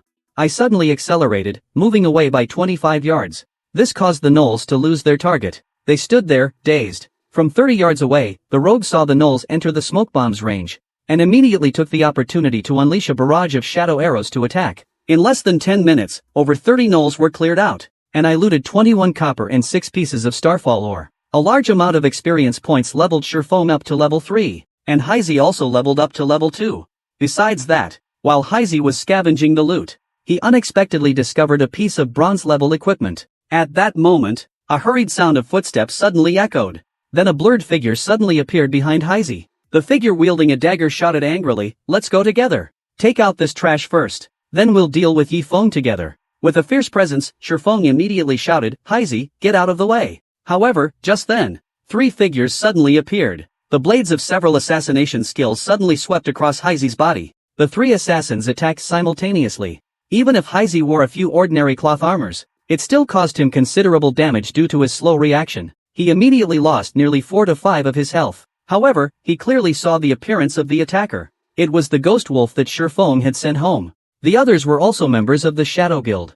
Heizi understood. This time, he was doomed. He can't possibly match the assassin's speed, but even before death, he puts up some resistance. He rapidly chants a spell. At point-blank range, a shadow arrow shoots toward Ghost Wolf, but Ghost Wolf sneers. Though there's no way to dodge it, his health is still quite high. How strong can an attack from a worthless warlock be? Can he really be taken down in one hit? With a loud boom, the shadow arrow hit the Phantom Wolf. A damage value of 185 appeared above the Phantom Wolf's head, instantly reducing him to low health. Seeing such damage, he was completely stunned. His eyes nearly popped out. He didn't expect the level 3 Shadow Bolt to be so overpowered. The other 2 assassins were stunned as well. What the hell, this isn't a warlock. It's basically a mobile turret. Being a veteran player, Ghost Wolf quickly reacted. Guys, take him down. His staff must be top-tier gear. He thought Heizi could deal such high damage. There must be a mysterious iron-level weapon. Otherwise, it's impossible to kill him in an instant.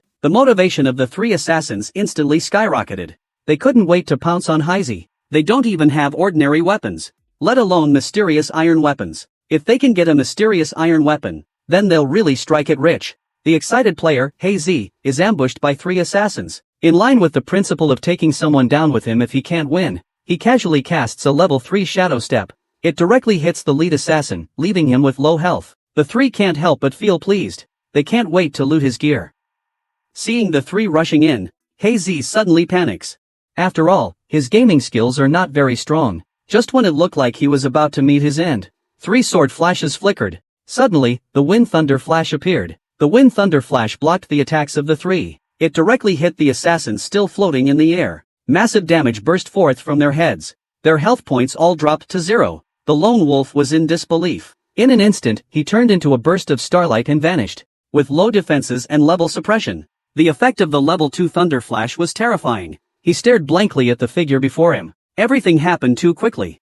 Sherfone suddenly appeared and took out 3 people in seconds. He couldn't react at all. Heizi felt that this level of action and reflexes was simply inhuman. He was once again shocked by Sherfone's strength. At that moment, several more players surrounded them. Leading them was Yenhu. He cursed angrily, "Yulang is such an idiot."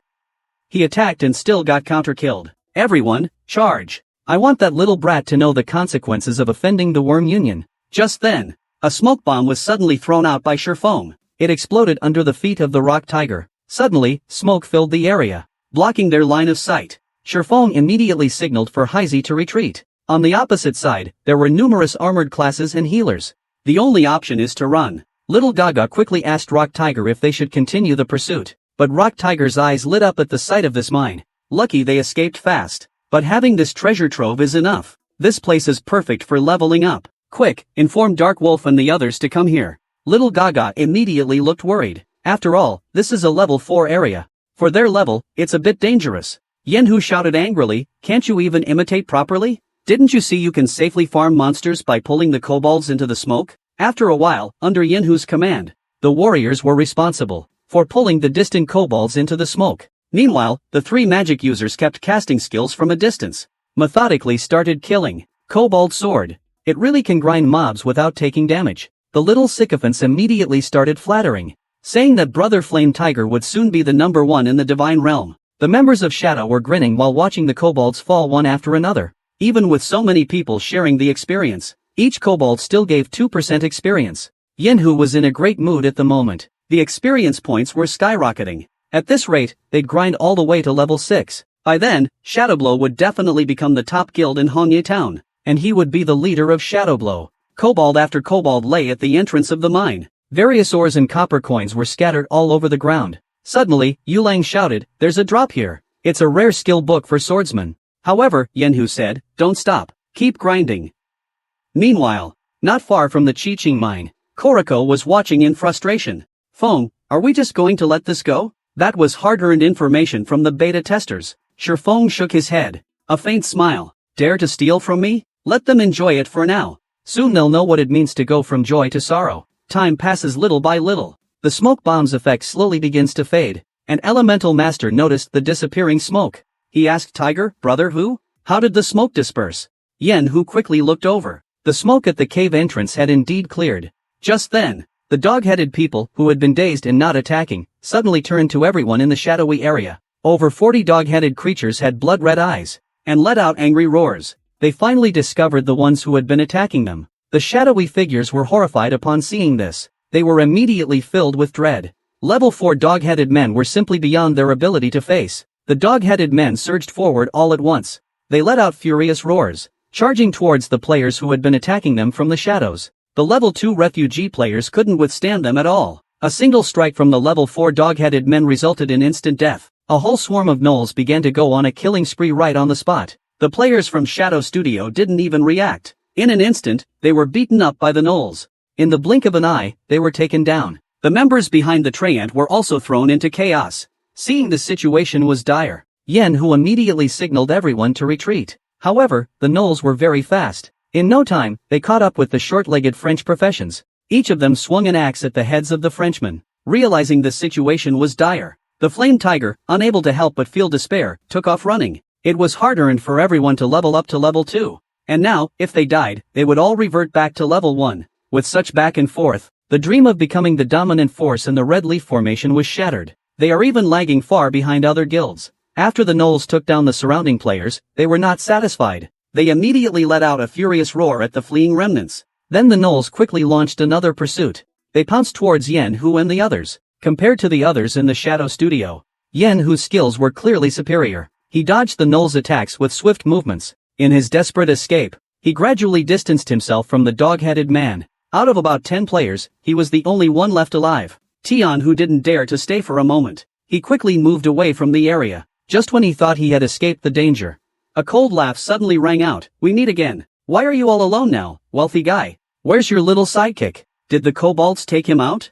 He once created endless wealth for the Shadow Guild, yet he was cruelly betrayed. Account deleted. Return to the time when the Divine Realm opened 10 years ago. This time, he will crush the Shadow Guild beneath his feet. While being chased by the Shadow Leader, Flame Tiger, he pretended to give up the elevated position. Then, he used the gnolls to slaughter them completely.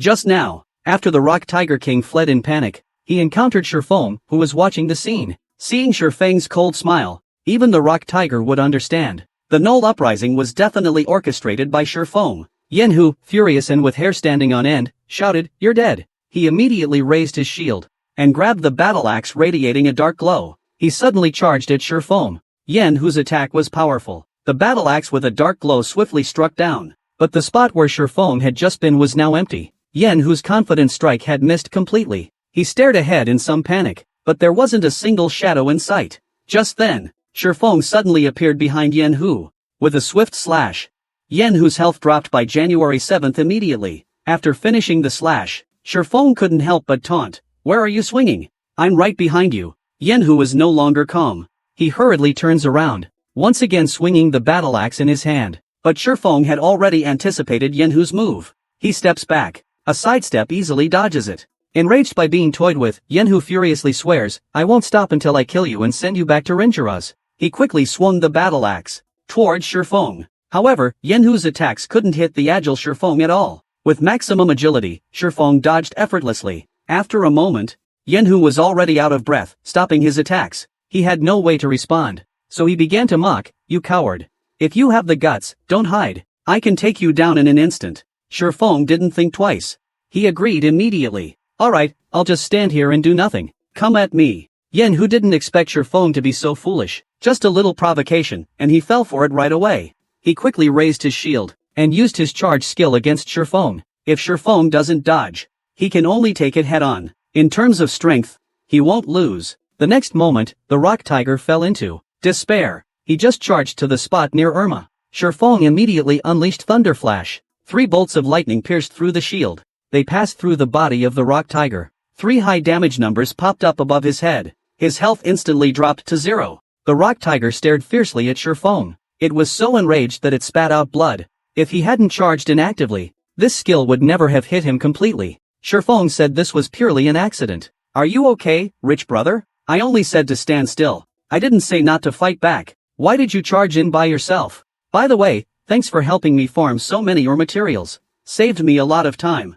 MANHUA immediately flew into a rage. He wanted to point at Shifeng and say something, but his body had already dissolved into starlight and disappeared. He couldn't even utter a single word. Right after that, a system message appeared in front of him. Player, Yefeng has killed you. You will respawn at the Hongye array. Level decreased by 1. And all skill proficiency decreased by 100 points. In the next moment, in the noisy square of Red Leaf Array, flashes of white light flickered. Figures continually emerged from within. The freshly resurrected Flame Tiger had a grim expression. His eyes were enough to devour a person. After regaining his composure, he immediately ordered everyone to check their backpacks. Take a look at what salt shakers have fallen out. He opened the backpack and took a look. Suddenly, his throat felt sweet. He almost spat out a mouthful of old blood. The skill book he was going to use to mock Shifeng was actually blown up. That was a very rare swordsman skill. It was also the most valuable thing that dropped from the dog-headed people. It's gone now. He shouted in a fit of rage. Gather immediately. Everyone, get over there right now. I want that kid torn to pieces. At that moment, Yen, whose communication alert rang. He impatiently answered the call. Who are you cursing at? What do you want with me, Grandpa? Then a cold voice suddenly called out, Yen Hu. Not bad, huh? Your temper's gotten pretty big. Yen Hu immediately chuckled awkwardly. Brother Zhang. It's you. I was just teaching those bastards a lesson. Didn't expect you to reach out to me, Brother Zhang. Brother Zhang, please don't take it to heart. The man said coldly, alright. I know all about your situation. Let's see what you've been up to in Hongye Town. From now on, you don't need to be the captain of Hongye Town anymore. An elemental master from the team will come to take over temporarily. If I arrive in Hongye Town, you haven't leveled up to level 2 yet. Just get lost. Shadow, don't be useless. Then the communication was directly cut off. After hearing these words, Yen Hu felt completely dejected. Then he erupted in an angry roar, filled with hatred for Yifeng. Even the Four Seas can't wash this away. Meanwhile, in Dark Moon Valley, Shifeng and Hei were picking up items dropped by Shadow members. At this moment, Shifeng was holding the skill book dropped by Yen Hu. Seeing this, Hei couldn't help but laugh loudly. Yen Hu is really generous. Even leaving this for you. Wind Chasing Sword, Sword Class Skill. Attacks enemies 5 to 30 yards away in a sudden strike. Movement speed increases by 40%. Charge attack speed increased by 10%. With this skill, the swordsman's mobility is greatly enhanced. It effectively counters rangers and mages who like to kite. When Hei saw such a rare skill book, he immediately said he wanted one too, and Shifeng smiled and said, the one you want will be delivered to us by Yen Hu. Then Hei picked up the fallen ore from the ground. He saw a dark green ore on the ground. He picked it up and asked, Brother Feng, what is this Starshine Stone? When Shifeng heard Starshine Stone, he suddenly turned around and looked at him. Hei, your luck is amazing. There's a chance for every monster in the world to drop a Starshine Stone. The odds are 1 in 1 million. Hei immediately became excited. It's so hard to drop. What is this Starstone used for? It must be very valuable, right? Shifeng smiled slightly. He turned and said it's for eating. But it's not for players to eat. You'll understand later. But this stone isn't useful right now, so it's not valuable. Hei is a bit confused. However, Shifeng is unwilling to explain. There must be a reason, so he doesn't press further. Then the two of them arrived at the blacksmith shop. Stone Peak handed over all the meteorite ores. Not a single one was left, yet it is a quest item. Even selling it to an NPC wouldn't fetch much. Master Jack saw the full load of ores, and immediately praised Stone Peak with satisfaction. Then he proclaimed boldly that to become an outstanding blacksmith, one needs enough strength to acquire precious ores. In the Red Star Mine, there is a powerful goblin chief. You need to kill him to prove your strength. Meanwhile, the system prompts a hidden quest, the Path of Forging. It requires you to kill the goblin chief in the Red Star Mine. You have 1 hour. When the one-of-a-kind magic sword is born, either you become a deity or you fall into madness. There were those who created empires wielding dark power, and there were those who were corrupted by their inability to control their strength. Just not long ago, I saw there was still a second phase mission. I couldn't help but want to curse angrily at this transaction. Now he's been ruined because of it. As expected, everyone holds back a bit. Can't trust them, they're all liars. Last time, there was no mention of a second phase task in this one-off deal. Now suddenly there's a time-limited second phase mission. And it's against a boss monster. That's practically a dungeon boss. For someone like him at only level 3, it's deadly. Seeing the grim look on Shifeng's face, Heisei couldn't help but show concern. Shifeng calmly said that he just took on a mission. Now that things have gone south, there's nothing he can do. He doesn't plan to give up. He plans to check it out first before making a decision. Upon hearing this, Heisei immediately grinned and said, with Brother Feng here, there's no mission we can't handle. Shifeng couldn't help but tease, you didn't say that earlier, but this mission is very dangerous. You have to listen to me. Then, Shifeng and Heisei cleared the kobolds along the way. They arrived at the second level of the Qiqing mine. Compared to the kobolds at the entrance, the ones inside were no longer level 4, but level 5. As they entered, the area is filled with goblin heads wielding hand axes. To complete the mission, we must first clear out these pesky little monsters. The two didn't waste any time. They immediately prepared to engage. Then, Shifeng suddenly unleashed the Gale Sword. He instantly disappeared from his original position, launching a surprise attack on the monster horde. Movement speed and attack speed received a significant boost. He didn't waste any time. The frenzied dog-headed crowd was immediately drawn to his hatred. Just when the dog-headed people were about to swarm him,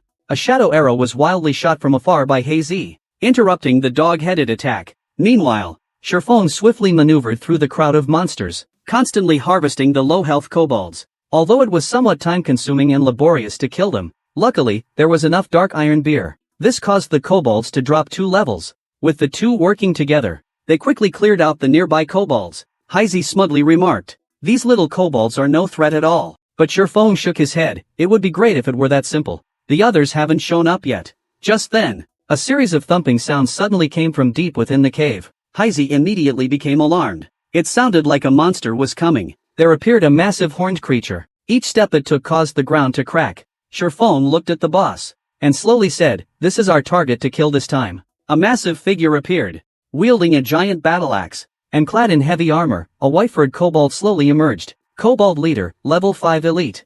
HP 2100, skills, armor, physical attack type, making it almost impossible to deal significant damage. The skill regeneration says it can recover 42 health points every 5 seconds. Its massive body can resist various negative states and crushing attacks. The attacks it deals are very difficult to parry or block. The cup instantly showed fear. This powerful boss is simply not something players at this stage can defeat. As for defeating it with a smoke bomb without taking damage, it's completely impossible. The boss's field of vision is extremely large, and there are still requirements to fulfill. At this point, there are only 19 minutes left until the mission ends. However, just then, the doghead leader suddenly erupted in a roar. He couldn't wait to start the attack. Looking at the massive doghead leader, Heisei felt no confidence at all, not to mention that terrifying health. The massive axe he carries on his back is truly terrifying. If that axe hit him once, he would surely be turned into meat paste on the spot. Shifeng doesn't know if he can complete this task. However, he cannot give up, because if this hidden mission fails, there will never be a second chance to obtain it. He wants to kill the dog-headed leader. We can only confront them head-on. He no longer hesitates. He opens the backpack directly. Shifeng reluctantly takes out the demonic energy. At this point, the abyssal ones can only fight. After all, there are only 2 of them, and their equipment is very poor. It's simply impossible to kill a dog-headed man in 20 minutes. In the previous life, the number of times I personally witnessed demonic energy was few. Anyone who has seen the power of demonic energy would be awed by its strength.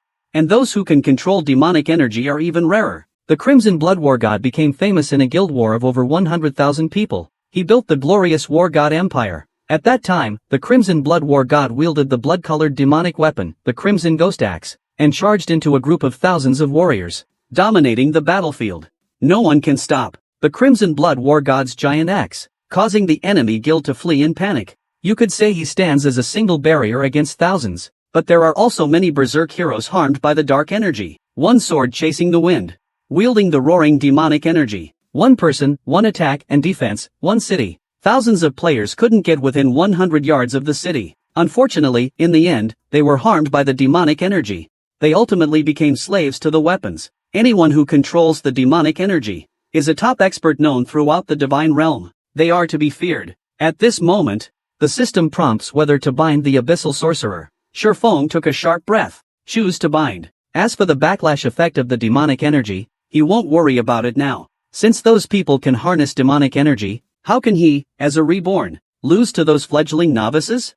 At the moment of selecting the binding, the system immediately pops up a warning that the binding cannot be. All consequences will be borne by the player. At this point, Shifeng has already entered the binding state. Countless dark energies surged out from the demon sword, wrapping around him tightly. Immediately following, a terrifying dragon's roar echoed. The energy that surged out from the demon sword evolved into a fearsome Black Dragon King. In the next moment, the Black Dragon King slowly dissipated, returning to the demon sword once again. At the same time, the system prompt sounded, Abyssal Demon successfully bound. The moment after the binding was complete, Shifeng clearly felt all his strength being drained. His level kept dropping. In an instant, it dropped to level 0. Heizi beside him was also shocked and said, Brother Feng, don't scare me. How did you become level 0? At this moment, a surge of power erupted from Shifeng, flowing throughout his body. He was now even stronger than he had been at level 3. He smiled slightly and said, no need to worry. My current state is countless times better than before.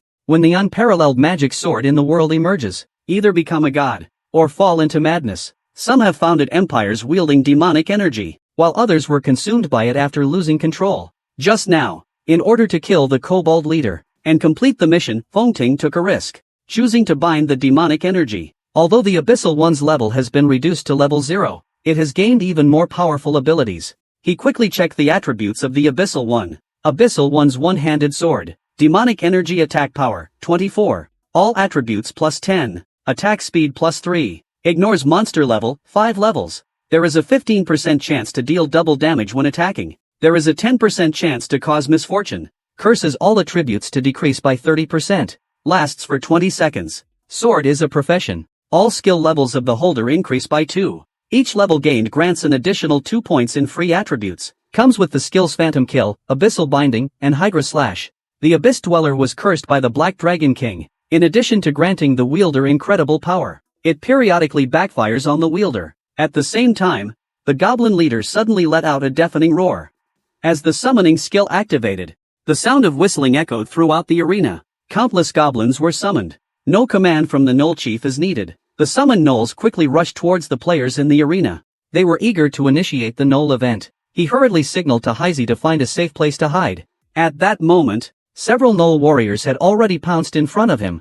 They blocked all his escape routes. Yet, Shifeng remained completely calm. He slowly raised the magic sword in his hand. A torrent of demonic energy erupted from the sword. In the next second, he swung the magic sword casually. Several black pythons shot out. The dog-headed warriors rushing toward him instantly froze in mid-air. All were killed in an instant. He was immediately shocked by this powerful attack. His eyes widened. At the same time, seeing his younger brothers being slaughtered completely, the dog-headed leader could no longer sit still. He suddenly raised the giant axe in his hand and swung it down towards Shifeng's position. Shifeng simply sidestepped and easily dodged. He looked at the tiny human before him. I can't believe he can dodge his own light machine so easily. The dog-headed leader immediately gritted his teeth and stood up. Then his giant axe came crashing down again. The stone peak in midair couldn't evade it. It was immediately split in two. Seeing this, Heizi was drenched in cold sweat. He looked at this scene with disbelief. However, at that moment, the stone peak that had been split in half transformed into a mass of dark energy, slowly dissipating in place.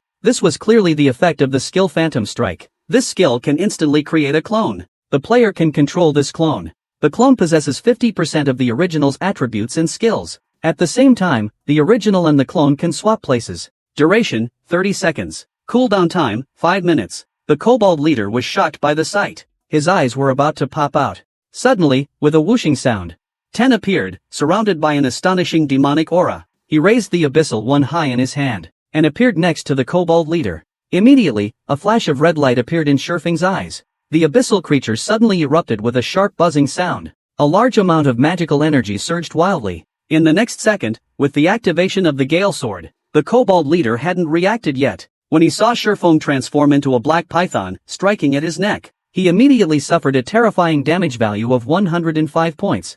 Meanwhile, the sword in Shifeng's hand did not pause. He swiftly swung the tree sword. Wherever the sword light passed, dozens of damage points emerged. Then, Shifeng, mid-air, suddenly raised the magic sword in his hand. With his furious roar, the magic sword erupted again with several blasts of terrifying magic energy. The next second, Wind Thunderflash slashed out 3 violent, fierce, dark red sword beams, piercing through the massive body of the kobold leader. This move instantly dealt over 300 damage to him. In just a moment, more than half of his health bar was already gone. The goblin leader, who was ambushed and severely wounded by Stone Peak, was furious. He suddenly widened his ferocious dog-like eyes. Then he let out a furious roar. The blood pouring from his wound became his stimulant. His entire fur turned bright red, entering a berserk state with doubled attack power. But at this moment, Shifeng was holding the Thunder Sword, and the Abyssal One greatly boosted his attributes. With his current speed, he was confident he could easily dodge any attack. Then, the Kobold Chieftain's eyes flashed viciously, and suddenly raised the giant axe in his hand. He slashed down toward the stone peak. The moment the giant axe hit the ground, debris flew everywhere. The entire area was smashed to bits. The battered and inferior fighter narrowly dodged the impact in midair. But just at that moment, the kobold leader sidestepped, quickly appearing in front of the stone peak. In the next second, the kobold leader suddenly flashed a delicate smile. He entered a state of swift empowerment. His attack speed immediately received a doubling boost. Then he began wildly swinging the battle axe in his hands. Both his attack speed and power were raised to terrifying levels. With each strike, the ground cracked open with deep fissures and flying shattered stones. One axe strike after another, continuously without end, leaving people overwhelmed. The pressure on Shifeng suddenly increased. Such a frenzied attack, even the warriors of Wujiden and the protective knights would be taken down in an instant. Just then, a burst of shadow arrows suddenly exploded above the head of the dog-headed leader. Although it only dealt 30 points of damage, it interrupted his attack. Heezy was very eager to relieve Shifeng's pressure. However, after seeing this damage, he was also shocked by the leader's defense. 30 points of damage, compared to Shifeng's hundreds of damage. The gap between them made him feel somewhat desperate. At the same time, the dog-headed leader also discovered the one who had just ambushed him. Those terrifying dog eyes were fixed on Heezy. Shifeng realized it was bad. He quickly urged Heezy to escape. As soon as he finished speaking, the dog-headed leader actually gave up directly. Shifeng turned around, showing his teeth as he charged at Heezy, and Heezy's legs instantly went weak, collapsing to the ground. He never expected that his playful attack would provoke hatred. Then, a howling sound erupted. The dog-headed chief's massive axe created a gusting sound, as it suddenly fell towards Heezy. Heezy felt that he was most likely not going to survive. He had already mentally prepared to sacrifice a life. However, at that moment, several whooshing sounds suddenly echoed. Countless chains formed from dark energy extended from the void. As Heezy was about to lose his life, Shifeng couldn't afford to stay back any longer. He directly used Abyssal Binding. At this moment, the dog-headed leader has been bound by the pitch-black chains from the abyss. He is completely unable to move. This skill prevents the target from moving for 3 seconds. Additionally, their defense is reduced by 100%. He was originally a fearsome sword magician. After an unexpected rebirth, he daringly chose to bind the abyssal energy, risking the possibility of backlash. All of this is just to trample on the people who betrayed him in his past life. Just now, he saw that Heezy was about to meet his end under the giant axe. Shifeng directly used Abyss Binding to intervene. Seeing the rescue was successful, Shifeng also secretly breathed a sigh of relief. If he had died early on, the influence on Kuroko is immense. 3 seconds, a fleeting moment. After the dog-headed leader let out a roar of anger, he tore apart all the chains that were wrapped around him. At the same time, Shifeng also moved. He leaped forward. He instantly flashed to the vicinity of the Gnoll leader. He suddenly raised the weapon in his hand. The Abyssal One quickly activated the skill Wind Blade. Shifeng instantly transformed into a black streak of light. It struck the Gnoll leader's head. With a loud bang, the sound echoed. The Gnoll leader was immediately knocked into a brief state of daze. He showed no hesitation at all. He immediately turned around and bolted. This terrifying battle was way out of his league. The kobold leader quickly locked onto Chiefeng's position as he came to his senses. Suddenly, his hand crackled, as a fierce lightning bolt rapidly formed in his palm. Seeing this, Shifeng immediately sensed danger. Even with the magic energy in hand, he is not invincible. In the next moment, that terrifying electric flash darted by. Shifeng quickly dodged to the side. He barely brushed past it. The leader's explosive attacks are varied and unpredictable. He has already developed intelligence. One strike missed. The battle axe in his hand swung again towards Shifeng's position. Shifeng didn't dare to relax for a moment. He quickly pulled back to create distance. After just a brief exchange, It felt as though an entire century had passed. The kobold leader suddenly let out a furious roar. He opened his menacing giant mouth. A strange energy orb emerged from within. As the shrill cries echoed out, countless ferocious giant hounds leaped from the light. The moment the hounds hit the ground, they immediately charged towards Shurfong. At the same time, only 2 minutes remained to complete the mission. Shurfong suddenly felt immense pressure. He had no time to deal with these small fry right now. If this continues, the mission is bound to fail. To turn the tide, there's no choice but to use the nine-headed dragon slash. It's just that he's unsure how long his current mental strength will last. Mental strength in the divine realm is different from other attributes. If overexerted, the player will experience severe pain. Once you exhaust your mental energy in the game, you will be forcibly exited from the game. However, at this moment, there's no time to worry about anything else. This task must be accomplished. At the instant the nine-headed dragon slash is activated, a mysterious dark magic suddenly appears beneath Shurfong. The phantoms of the abyssal ones appear. They float quietly in mid-air. Surrounding him, the nine-headed dragon slash can instantly create 9 phantoms of the abyssal ones.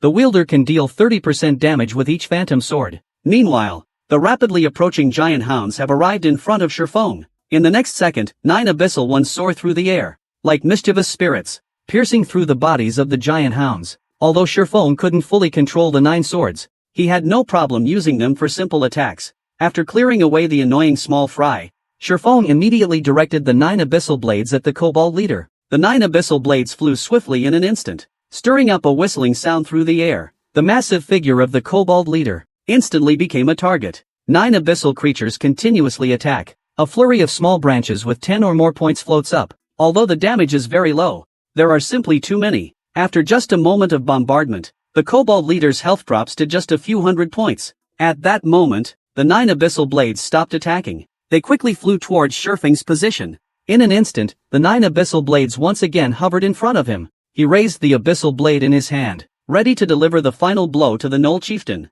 However, at that moment, a sudden sharp pain surged in Shurfong's head. His mental strength was nearly depleted. The abyss dweller slowly dissipates in place. A sudden, intense pain causes him to lose his balance. He collapses directly to the ground. At the same time, system warnings keep popping up. Once his mental strength reaches 0, he will be forcibly logged out of the game, and will also be restricted from logging in. Kuro hurried over with concern.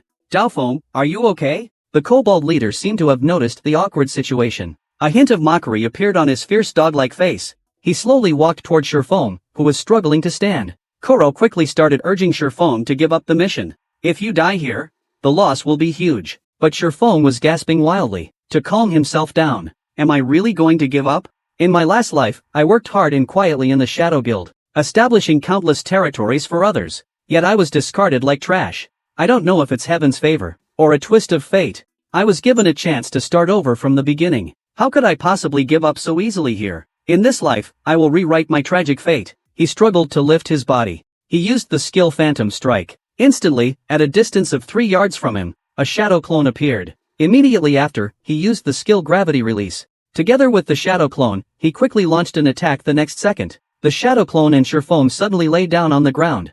They swiftly charged towards the kobold leader. Both Shurfong and the shadow clone raised the abyssal blade to attack. Seeing the two figures swiftly approaching, the kobold leader's dog eyes widened in shock. In the blink of an eye, he hadn't even reacted yet. Shurfong and his clone had already thrust the abyssal blade into his dog eyes. Immediately, Shurfong's clone wildly swung its weapons. The abyssal wielder's attack speed was reaching its peak. It suddenly made the Knoll chieftain howl in pain. The Knoll chieftain roared in anger. He completely went berserk. He swiftly swung the battle axe in his hand to interrupt Shurfong's attacks. Meanwhile, Shurfong dodged the attacks like splashing clothes. Just as he was about to fall, he suddenly stepped hard on his clone. Then he abruptly exerted force, using the clone as a foothold. Like drawing back a bow, he shot forward swiftly toward the kobold leader.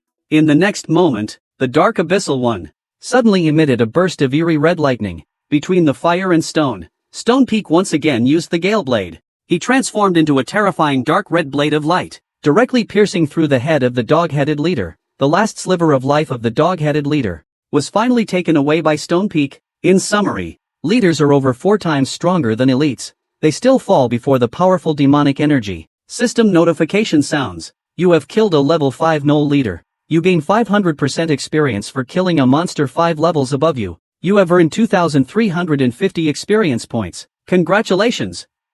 You are the first player in the Divine Realm to kill a leader monster. The drop rate for the null leader has increased by 200%. The reputation of the Star Moon Kingdom increases by 10 points. At this moment, Heisey is slumped on the ground. This time, he didn't help at all. This makes him feel a bit uncomfortable. This level 0 boss holds a magic sword. He dares to challenge a level 5 boss. They have fought fiercely for a long time. After playing their trump cards, Shifeng finally took down the Kobold leader. Shifeng couldn't help but breathe a sigh of relief. After the Kobold leader exploded, the loot immediately scattered around.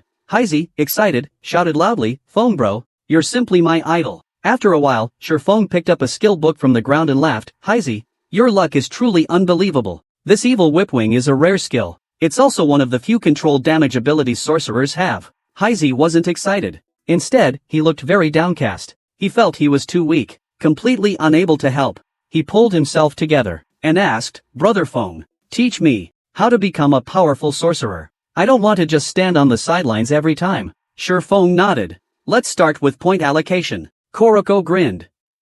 "Isn't that easy? Just max out intelligence, right?" Shifeng punched him playfully.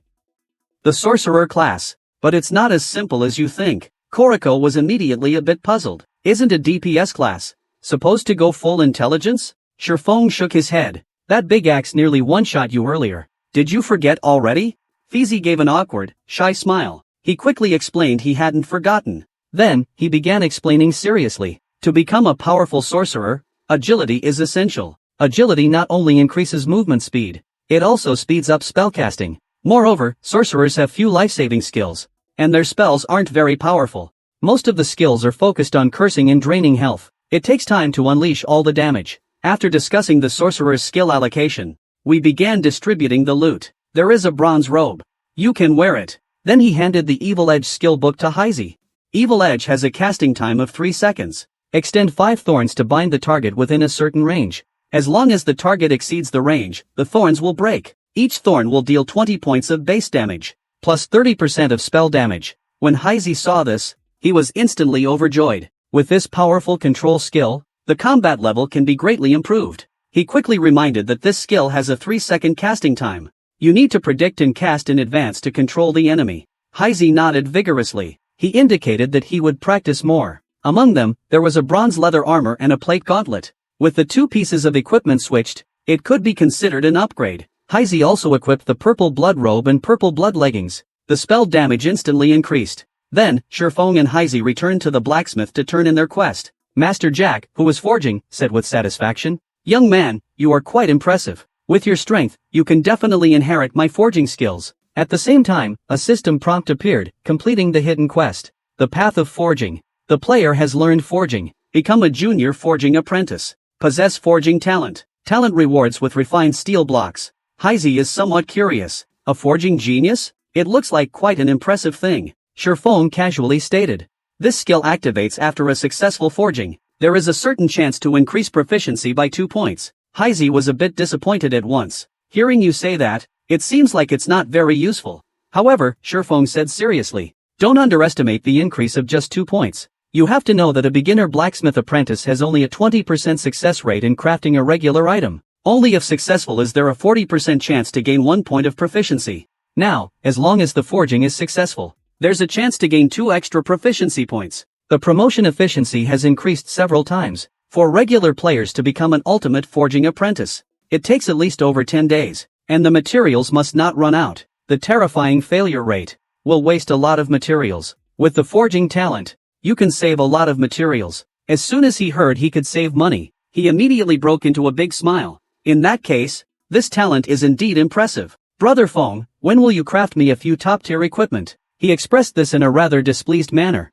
Creating equipment requires blueprints. I have only learned the skills for now. Without blueprints, I can't forge anything. He secretly felt pleased. This season, Lin produces blueprints for bronze equipment. The equipment made from those blueprints is not only cost-effective, but also has excellent attributes. In my past life, many blacksmiths made a fortune from those blueprints. After making up his mind, Shifeng didn't stay any longer. He turned around, ready to leave. Just as he was about to leave, Master Jack's gaze fell on the pitch-black longsword at his waist. Even though the sword was rusty and worn, it didn't escape the eyes of the forging master. Master Jack quickly called out to stop Shifeng. Young man, please wait. You truly have impressed me. I have forged weapons for many years, but it's the first time I've seen a demonic contract. This demonic contract must have been cast with an incredibly terrifying curse. I'm afraid this curse has already begun to backfire on its master. Called over by Master Jack, Shifeng was slightly surprised. Master Jack's eyes were filled with intense desire. He spoke in a somewhat subdued tone. Would you let me take a look at this sword? Shifeng didn't think too much about it. He directly handed the abyssal sword over to Master Jack. Such a dark sword is the lifelong pursuit of every forging master. Seeing it naturally made one want to examine it closely. After observing for a moment, Master Jack said seriously, the abyssal sword was personally forged by the famed General Orisis. It was made using the fangs of the Black Dragon King as the main material. It ranks 31st among the 36 divine swords of the mortal realm. However, this sword is cursed by the Black Dragon King. In addition to granting its wielder immense power, it will periodically backfire on its holder. If the backlash cannot be suppressed, the wielder will suffer the curse of the Black Dragon King. All attributes permanently decrease by 50%. This is a good sword, and its power is limitless. However, the curse on this sword is very evil. The more you try to unleash the sword's power, the stronger the curse becomes. In the end, it will trap the wielder in an endless abyss. Your strength makes it too difficult to control this sword. It's easy to be consumed by the curse. Although the abyssal blade grants the wielder incredible power, this sword carries the curse of the Black Dragon King. The more one tries to unleash the sword's power, the stronger the curse becomes. In the end, it will trap the wielder in an endless abyss. Shifeng naturally knows all of this. That's why he hesitated back then. He asked curiously, is there any way to remove the curse? Master Jack shook his head. General Alice killed countless terrifying beings to give the underworld sword unparalleled power. Their power after death was sealed in the sword by the general. Without immense strength, it's impossible to suppress it. However, it's not like there's no way to weaken the curse. The power sealed in the sword is a curse. To weaken it, one must have enough powerful luck. On the Divine Domain continent, there are some stones that gather the luck of the Divine Domain. These stones are called lucky stones. With a lucky stone, you can counter the curse. Although these stones can be found all over the continent, but only a few people can obtain it. If you can find this stone, I can help you weaken the sword's curse. Stone Peak, as expected, showed a calm expression. He calmly signaled Blackie to hand the new gray stone from the backpack to Master Jack. After Blackie took out the emerald stone, he quietly complained, it doesn't even say lucky stone on it. Jack Dashi glanced at the dark green starstone. He was instantly stunned in place. When Jack Dashi came to his senses, his expression suddenly filled with praise for Shifeng. You truly are the man I recognize. Shifeng felt secretly delighted. That stone, which was incredibly difficult to embrace and worthless, suddenly got renamed as the Lucky Stone one day. It instantly skyrocketed in value, turning from trash into a highly valued divine commodity. He said with great anticipation, Master Jack, can we weaken the curse now? Master Jack regained his usual composure, and smiled, no problem. I can take care of it in half an hour. Master Jack then placed the lucky stone and the abyssal one into the furnace to roast. He held a hammer, and kept striking the abyssal one. He integrated the lucky stone into it. Half an hour later, the forging was successfully completed without any issues. Shifeng took the abyssal one, and found that its description had changed somewhat. The part about backlash in the weapon's description had actually disappeared. Master Jack looked at the abyssal being, which was originally pitch black. A faint golden light began to shine through. Only then did he satisfactorily say that the curse of the Black Dragon King was temporarily suppressed. Shifeng felt much more relaxed inside. At least for the short term, the backlash wouldn't be too strong. Then, he put away the abyssal being and thanked the great power. He prepared to leave. He bowed respectfully under Master Jack's presence. He turned and left directly. After a while, Shifeng suddenly discovered that Jima Rushue had sent many messages. Jima Rushue was the honest man he had met by chance at the town hall before. He wanted Shifeng to lead a team to defeat Jiling's parents. After Shifeng proposed the requirement to prioritize equipping swordsmen and sorcerers, he hesitated for a moment but still agreed. After the communication, Shifeng turned to Heizi and said someone has arranged for us to defeat Jiling's parents. Hurry up and gather. However, Heizi was a bit confused. With just the two of us, can't we handle it? Shifeng explained that the Death Chronicles are the parents of the team. The two of us can't enter. Having more people will ensure safety. It's less likely to fail. When Shifeng and Heizi arrived at the Silent Forest dungeon, they were greeted by constant shouts for team formations. The entire Silent Forest was packed with people. Players of level 2 were everywhere. Many players were forming parties for the dungeon. Shifeng immediately noticed Lonely as Snow waving at him. He was excitedly shouting, Master, you finally arrived. If it weren't for you recommending monster farming to me, I might not have reached level 2 by now. My 3 friends worked their butts off just to level up to 2. This time, you're leading the team. I'm sure we can clear this dungeon quickly. Lonely as Snow brought Shifeng and the others to the team gathering. His friends were obviously getting a bit impatient, constantly urging Shifeng and the others to join the party. After Captain Skywatch saw Shifeng's level, he couldn't help but mock, "Lonely, is this the expert you were talking about? I thought he'd be something special, but it looks like he's just ordinary." The shield warrior beside him also scowled. "This weakling is only level 1. He's clearly just here to scam some gear." The Heavenly King sneered, "This Jilin is a level 2 dungeon. Letting a level 1 newbie run it? Isn't that just asking to wipe? And you even dared to take all the gear from the swordsmen and spellcasters. Are you ****ing treating us like idiots?" The shield warrior walked up to Shifeng and teased him. "Why isn't the big level 1 boss saying anything? Even a snail has had more time since the server launched. Is it really still a level 1? The sorcerer beside him chimed in, "With your level, you dare to command me?" Shifeng didn't want to make Jima Rushua feel awkward, so he directly chose to exit the party. Then he said to Heizi, "Let's go find more people for the dungeon." Without a word, Heizi also left the party. Lonely as Snow wanted to persuade Shifeng to stay, but the Heavenly King said, "Now you have 2 choices. 1, follow us into the dungeon, or 2, leave the team with them." Lonely as Snow remained silent for a moment. He still believed he hadn't misjudged. Shifeng was definitely a master. Then he also chose to leave the group. Preparing to follow Shifeng to see if my judgment is correct, Tianwan looked at the departing Jimo Rushue. Suddenly shouted, "You better not regret making such a choice. By the time we clear the dungeon, Dead Silence Spirit, and get the top-tier equipment, you'll regret it." Jimo Rushue made no rebuttal. He quickly caught up with Shifeng. "Master, hold me back. I want to join you guys in Dead Silent Spirit. I have 2 pieces of common fake gear on me. Defense is 24 points. Shifeng nodded, indicating agreement. Heizi didn't expect GMO Rushue to leave her original team and come to theirs. Suddenly, Heizi felt a bit of fondness for GMO Rushue. He patted GMO Rushue's shoulder and laughed, "Stick with Brother Feng. You won't be disappointed. You've got a good eye, kid." Shifeng suddenly said to Heizi, "Put on the staff and turn on the special effects." Heizi immediately grinned. "I understand. The bronze equipment has a halo effect. It has a faint blue tint, lonely like snow." I opened my mouth in astonishment. I looked at Heizi in disbelief. I thought Shifeng was a rare expert. I didn't expect Heizi to be the real master. In his previous life, he was the king of swords at the pinnacle. But now, when forming a team for dungeons, he's despised. To quickly enter the dungeon and farm blueprint designs, he had to ask Heizi to activate gear effects to pimp himself out. Before long, Heizi's voice spread, "Expert leading the team. 3 slots left, come quick." The Heavenly King heard this, and immediately showed disdain. He really dares to boast. This person's skin is really thick. Just then, the little guy beside him suddenly said, "Hey, big boss, look at that sorcerer over there. His equipment is glowing blue. It looks really strong."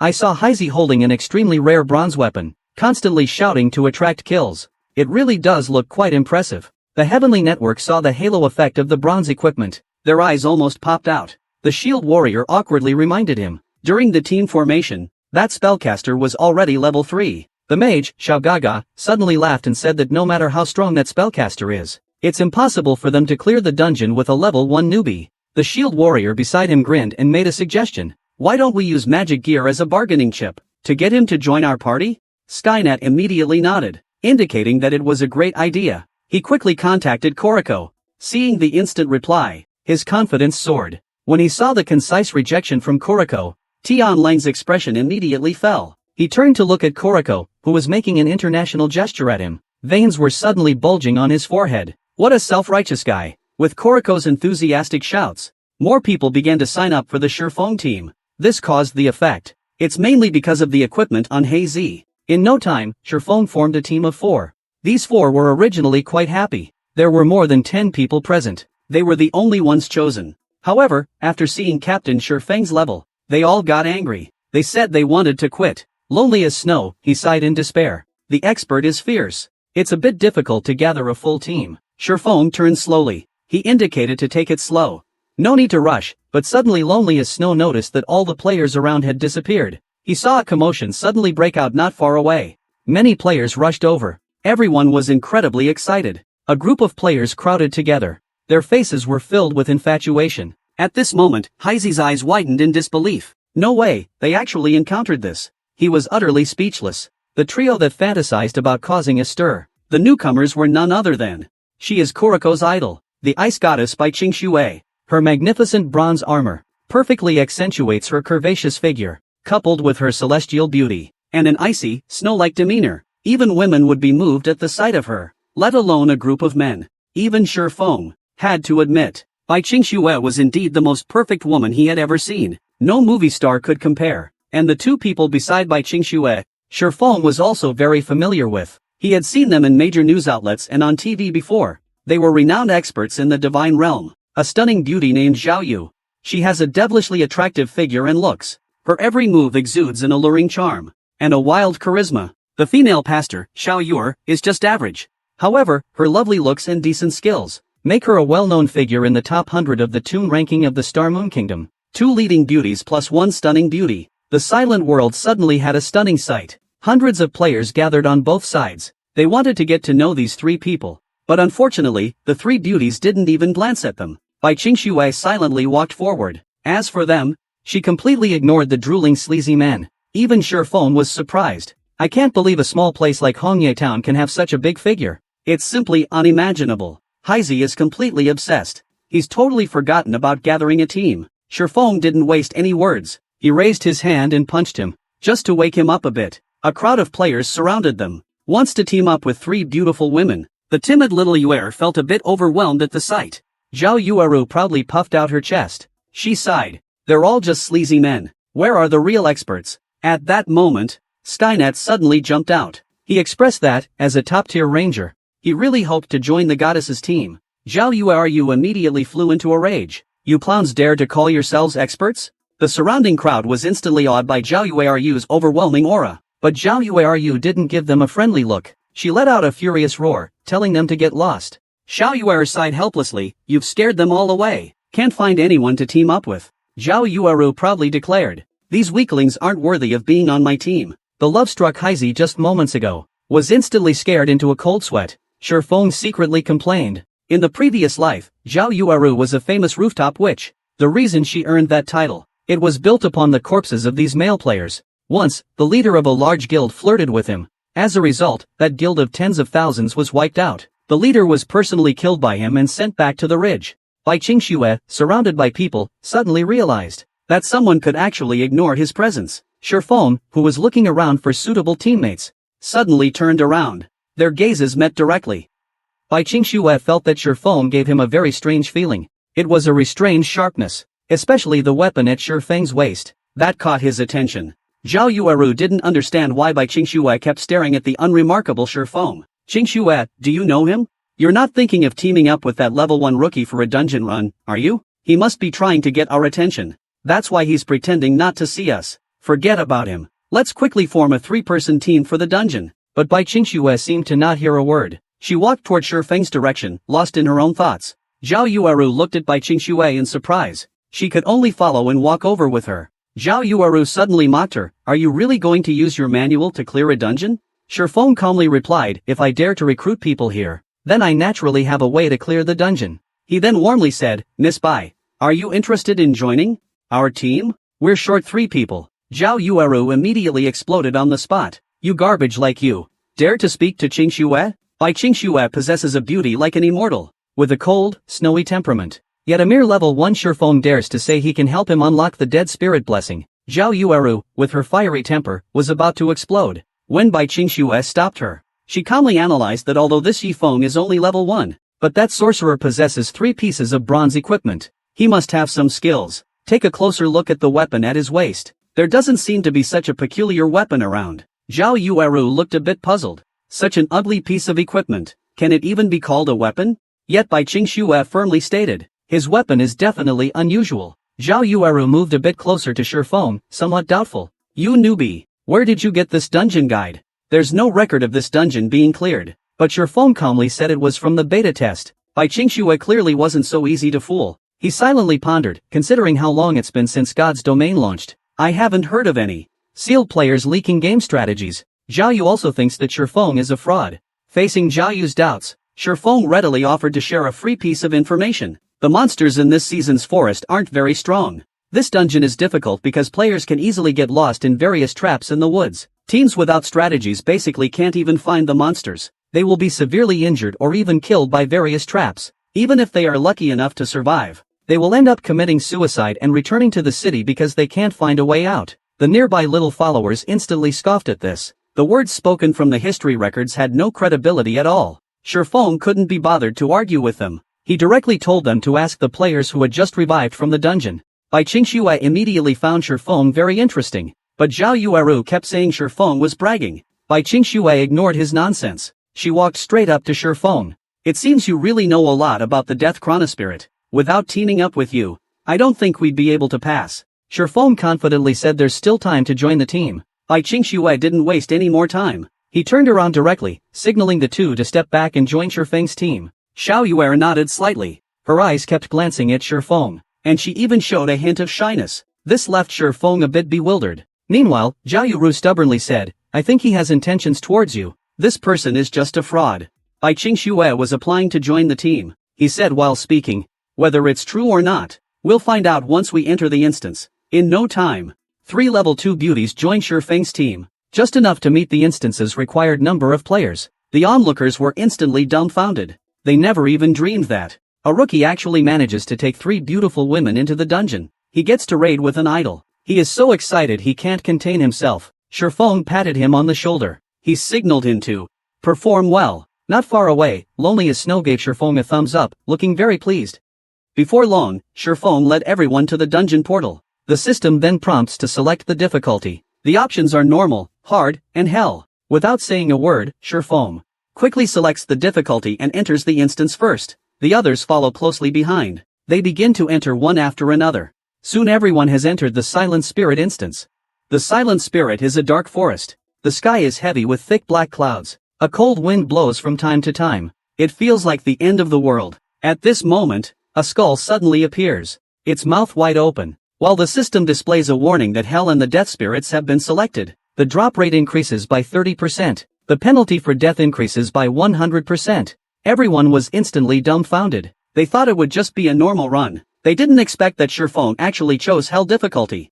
Heizi felt like he was in trouble. Brother Feng, why did you choose Hell difficulty? Zhao Yueru was immediately furious. If you're going to screw us over, just wait for me to send you to Hell. Shifeng smiled slightly. He patted Heizi on the shoulder, signaling him not to worry. Lonely Snow looked at the dark forest, and asked, Brother Expert, which path should we take? Shifeng calmly replied, it's easy to get lost in the Dead Spirit Forest. Just stay close to me. He didn't hesitate at all. He directly chose a path and walked on. Xiao Yuer asked Bai Qingxue with some concern whether to follow. Bai Qingxue nodded. Since they were already here, they might as well go with him. Under Shifeng's lead, everyone slowly entered the woods. The others followed closely behind him. They stay cautious of their surroundings. When the Shadow Guild was at level 5, they organized a large number of players to explore the area in batches. After many hardships, they finally mapped out the Silent Tomb. This cost them the mobilization of hundreds of players. The Silent Tomb has 36 paths in total, but only 3 lead to the first buff, Welmer.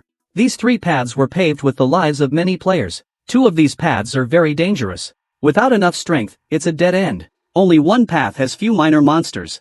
Shifeng chose that path. The path with fewer monsters is quite quiet and safe. Zhao Yueru asked with some suspicion, do you think the rookie leading us is taking the right path? Bai Qingxue nodded. This path should be very safe. Not even a single small monster encountered. We completely avoided the place we just left. Those wandering small monsters are heading there now. Clearly, Yifeng is very familiar with this dungeon. Zhao Yue too, unwilling to back down, said it's just a few small monsters. What's there to be afraid of? Shifeng turned around and explained, small monsters don't even shoot fire. It's a waste of time to fight them. Zhao Yuru couldn't help but quietly complain, I think you are afraid we'll find out you're just a weakling with no output. After quite a while, the Shifeng team arrived at a wide open area. Heizi, with plenty of experience, chuckled, this kind of place usually has a short respawn rate. Seeing the empty ground, he couldn't help but feel a bit strange. Where did the boss go? Just then, the entire area suddenly shook violently. Everyone immediately tensed up. After all, this is a hell-level dungeon.